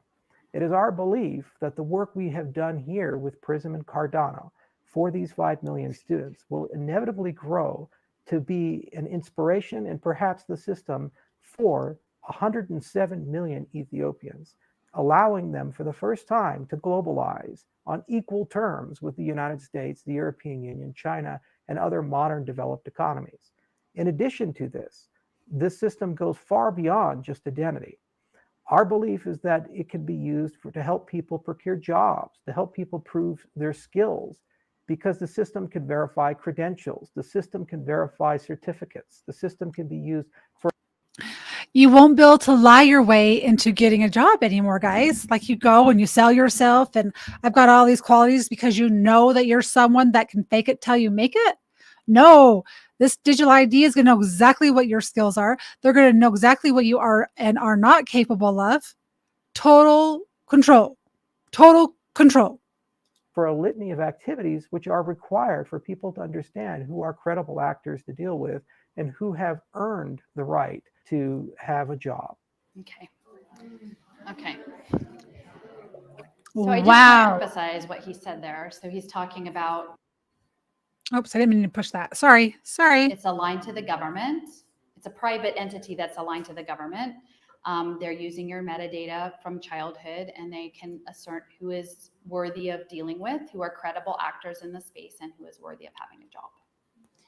So So I think, yeah, so this is just Sophia, this OpenCog, Cardano's working with Hanson Robotics, the Sophia, these evil dolls.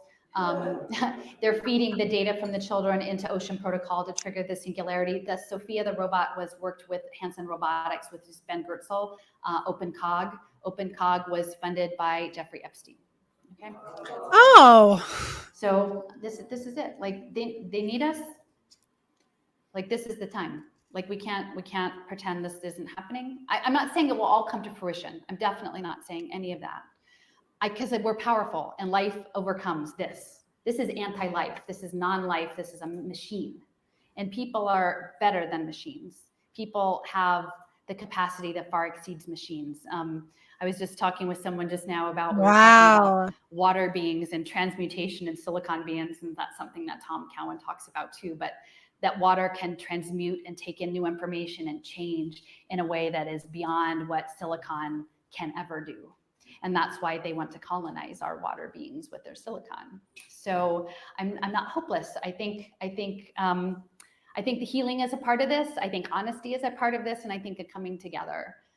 Because if there was anything that would unite the world, I think is the loss of natural life against. I was always imagining 2 years ago, I was like, I need a global peace movement of moms against AI. I need scrappy moms against AI. And I have to say, like, the health community, the community of families affected by, medical malpractice, those are the folks. You guys are organized. The children, the parents, the families of children with IPs and who are struggling with physical and other issues, they're fighters. People are fighters. And so it's just how to mobilize. So I thank you for your time.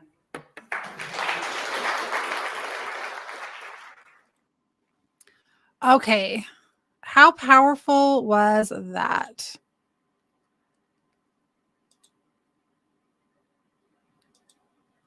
I am just like, when I was listening to this the other night, I was like, oh, maybe this really seems a lot. This seems like a lot. This seems like way out there, but she's not saying all this stuff is going to happen, right? But this is their plan. I mean, it's not hidden. It's not hidden. They spell it out on different websites, whether it be through their LinkedIn profiles. But if you know who the people are and who the players are and the companies are, you can dig. They say what their mission is. They're not hiding it from anyone. And this was 4 years ago. This was 4 years ago, guys. And this is now, look at how much more advanced we are with AI. And I guarantee that whatever that they disclose to the public, I feel that they are way, way more advanced than what they tell us that they are. That the Band-Aid thing that you have to get every year supposedly was being experimented on through DARPA, through the military. Like, they were already experimenting on those things way before there ever were pushed out into the economy, right? So that whatever they're doing right now, somewhere, somehow, the government is already working on it. So in Ethiopia, they've already got 5 million students set up. So they always experiment in Africa. So they've already got their digital ID that they're tracking, and they're going to determine who's going to get what job as they get older. And they're going to know who has what skills and who's expendable. What happens to those that are expendable? I don't know. And I was going on a different track with everything. Like, I was like, oh, we got to homeschool our kids. Yeah. But if you homeschool your kids, you have to do it the old fashioned way. You've got to come up with the curriculum. You've got to get the books, and you've got to do it the hard way. You've got to teach them the hard way, not through computers, not through computer programs, because that is exactly what they want you to do. Yeah, you can have school choice. Yeah, the school system's so horrible, even at this new school. Well, you can homeschool. We'll pay you. Here's the curriculum. Just log into here. Here's your tablet. Here's your phone. You can just go out and you can learn. You could teach your kids. It's going to be so easy. You don't even have to hardly do any of the work, right? That's the trap. And they're gently nudging you to that. And they're making the school system so miserable and so horrible. They're allowing this stuff to take place in our school systems, so that you'll homeschool, so that you'll use these devices, so that they can collect metadata to determine outcomes for people. You're a commodity. And the most important takeaway from this, guys, is she's saying this hasn't happened yet. We're not there yet. Obviously, look where we're at right now. We're not there yet. That was 4 years ago. I don't know. I've got to figure out how to get this information out to people with bigger platforms than mine. My platform's small. I've got to figure out how to hold a space that I've got to get these slides together because her slides are available. I need to get the slides because I know I can talk to it with slides. And I got to figure out how to do a space with bigger people that will listen, that will be open-minded to what the actual the plan is. But even with these little few episodes, there's a lot. I'm going to try to get caught up in some of her newer stuff to see, you know, what's changed, what hasn't changed. So that'll probably be my goal. I wasn't sure if this topic was that important. So I'm like, well, maybe I'm going to crazy town rabbit hole. I don't feel like I am. I feel like we're being distracted by wars. We're being distracted by people coming to our country. And I even think that's part of implementing this plan, right? They're going to come here. They're not going to have any money. And in order to get government assistance, they're going to have to sign up for these programs, right? That's going to be their only choice.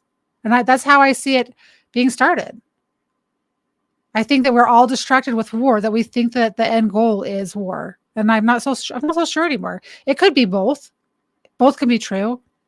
I don't know, but it's kind of like part of me is like, do I just shut all this stuff off and should I just shut this off and stop learning and just go live in my garden and just get a real job in the world and just forget that I know all this stuff? I don't know what to do now because this is so crazy. This is nuts. And the news hasn't changed in 20 years, but the future is digital. Yeah, I don't know. But I just feel like this stuff is important and I need to figure out how to get it out there. Yeah, I could do that, but I can't do that. Like my morals don't let me, like if I have knowledge, but I've got to figure out how to deliver it in a way that's receptive to people that actually want to learn what this is all about. Because if I don't, I don't know. I just feel like I've been camera shy. I say this. People tell me, don't tell people you're camera shy and that you haven't been doing this for a long time because it's not professional and you just need to act like you know what you're doing. Well, I refuse to say that because that's not me. I am who I am and I make mistakes and I'm new. But why was I challenged? Someone who's never been on the internet, never been in chat groups until, you know, the last year and a half. So why at this time in my life have I chose this path? So like get behind a camera and start by doing doing videos in my garden.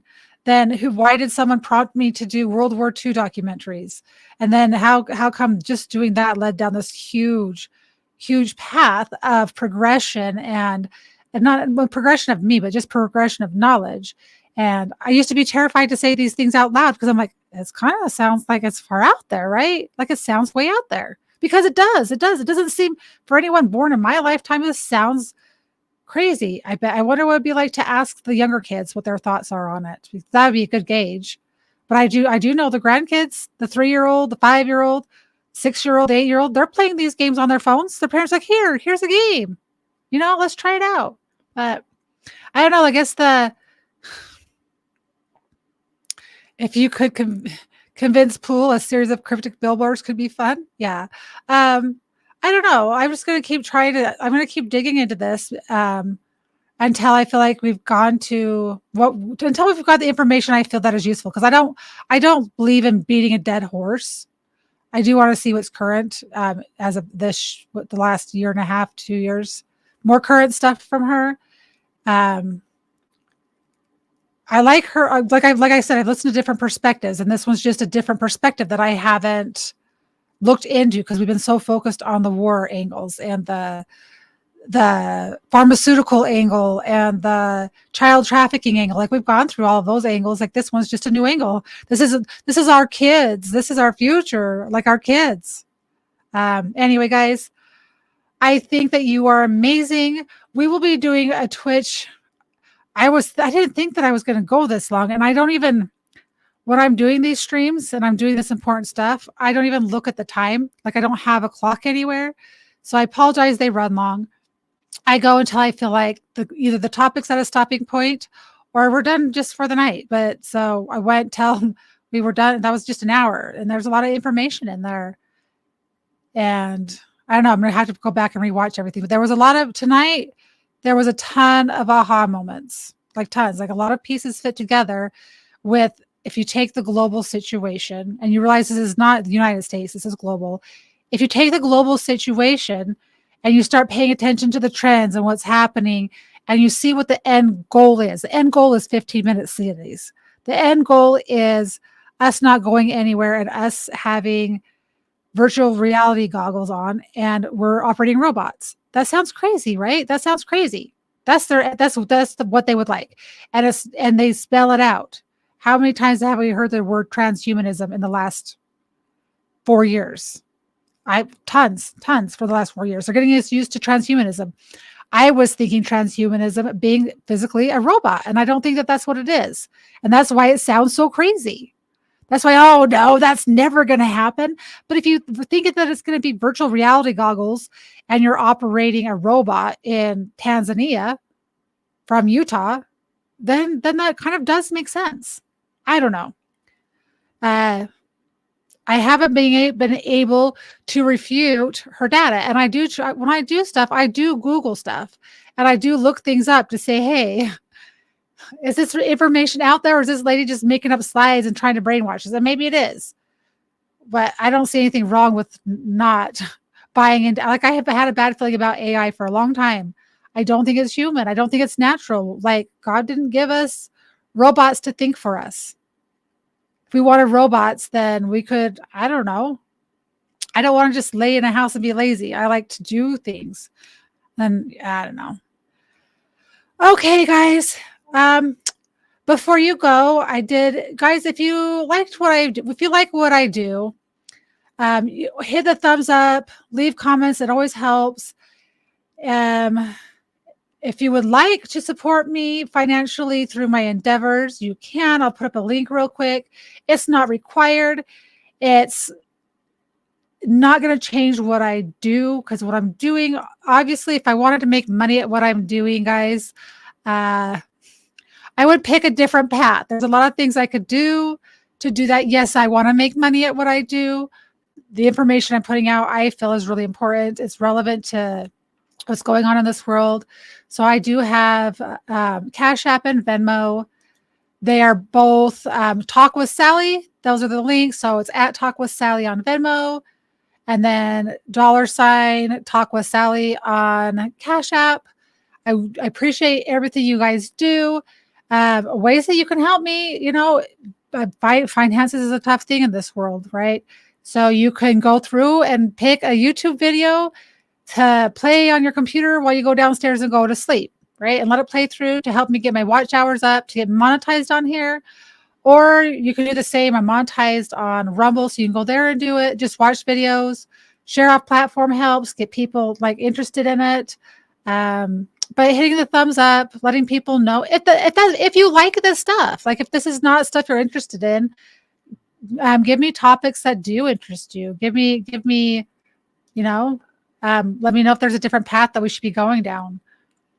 Because I do these things for me, and I do these things for you as well.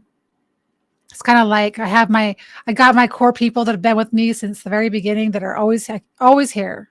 They always show up, whether it be 5 minutes or whatever. I don't know. That was like a long testimonial, and I didn't mean it to be that way. I know after watching that, I got a little emotional after that one for some reason, and I think it's because so many dots connected, and it's like this spiritual, emotional overload of different. I go into spaces. I'm constantly trying to learn and put pieces together because I like puzzles, and when things click in kind of a scary way, I get like a cognitive dissonance. So it's just like, you just want to build bots. Saying you're awesome. But anyway, so what I was saying is you can donate to these things. If you can't donate, that's good. I get that. So share off platform. If you don't like what I'm doing, let me know the reason why. Don't just go, you suck. Give me feedback that I can use to make it better. If it's because I have a big cut on my forehead for the last week, that's not going to work because I can't do anything about that. But yeah, I guess my whole point of going off on that tangent was I was thinking that we might do Game of Thrones tonight on Twitch, but it's not going to happen because I went way longer than I thought. I'm long-winded. The information was really good. I'm glad we took a break from last time to today. It allowed my brain to process her other information, which is really good. Anyway, oh yeah, I was gonna say one more, guys. I forgot. So I'm gonna do. There's 2 more. So you can also follow me, HTTPS / can't. My tongue is done. Hi, neurodivergent.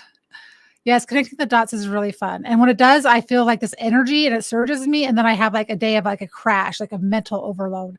Anyway, so HTTPS /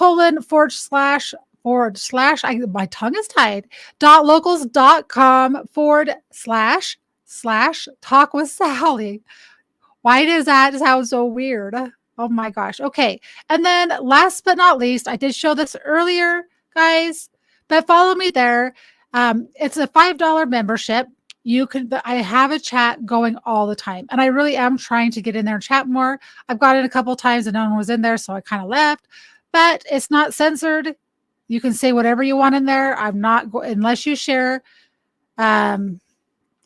beans, franks, vagina, and butthole, and boobies, nipples, then that's the only thing that would get you kicked out. But other than that, it's free speech in there. You can share memes, have a good time. So it's a place where you guys can go hang out and collaborate. Once I get 50, I think it's at 50 subscribers. I'll have to look at the metric again. But once I get 50, then I can do like private live streams over there, which I would like to do, like more like private, like garden stuff, talking and chilling about more personal stuff. Just something for just the members, for people, questions you may have answers. Yeah, Bean and Franks. We were watching Game of Thrones last night. What do they call it? Do you still have the stones and how did he word that? It was so funny. I almost died laughing, and I wanted to remember how to say it tonight. Oh gosh, never mind. I can't remember. It was the stones and did he say the pole in the stones, or he said something different? It was Game of Thrones, guys. I know that people are like, oh, if you watch Game of Thrones, then you are just like a brain dead person. I'm sorry. It's good entertainment. It's great cinematography, and it's a great way to hang out with people and kind of just connect. And it's funny as hell. There's funny stuff in there. But Game of Thrones is kind of like Game of the World. Who's going to take control, right? Thank you very much, Neurodivergent. You're awesome, guys. Okay, we're ending now. Oh, no, I had one more. Okay, this is the last one, I promise. So this is the Give, Send, Go for Julian, my friend, who's always in my chats. He's also my mod, but he's my friend first. But I just like to let you know who he is. But he needs, I'm not going to call the liver tonight because I'm not going to be brain dead, right? So he needs a kidney. Both of them are dead. They're both on life support. They both are just sucking all the life out of him, and they're not even doing anything for him. So he needs a kidney. It's not asking for a lot. It's only asking for $25,000, which is on there. He didn't want to do it because he doesn't want to be a charity case. I talked him into it. He did it. Oh yeah, his kidneys are freeloaders. That's what it was, freeloaders. But if you have extra to help, do it. If you don't, that's fine. Because we all, like, I get the economy. Trust me. Share it with someone who may have it. I mean, $1, 10 cents. Well, 10 cents isn't going to be worth a credit card charge. But anyway, I'm joking there. All right. Let's keep working together, guys. I hope you like what I'm doing. I put a lot of thought into all of my shows. I don't just be like, hey, let's turn on a camera and let's just put something together. I could do that. I don't want to. I want to add value to your life. I'm not right about everything. So make sure you do your own research. This is just someone's research that matches up with a lot of my research. Okay. And so it gives me, hearing someone speak like that allows me to think, and it triggers my thought. It just brings things to recall. Okay. Now you can tell that I'm past the tired point because now I'm rambling about nonsense. So everyone, I'm going to get used to saying this again because I got out of the habit of saying it because it was repetitive. But I want you guys to remember there's only 2 things in this life that you can control. And it's your attitude and it's your effort. Nothing else in this world is in your control. You can be lazy or you can work hard. You can smile at strangers or you can put your head down to the ground. You can be happy or you can be sad. Those are your choices. Those are things we can control. I can't control if my house gets taken down by a earthquake tomorrow, knock on wood, or get hit by a car and paralyzed. I can't control those things. I can control how I act and behave. And that's what's got me through my entire life. Every time I've gone through a hard time, I just like, and I don't even think anybody told me that. It's just something that it was innate. Like that was my survival. I can control my attitude and my effort. And you guys are in control of that. We can control those things. So control those things and nothing else. And I am going to bid you guys farewell in 3, 2, 1.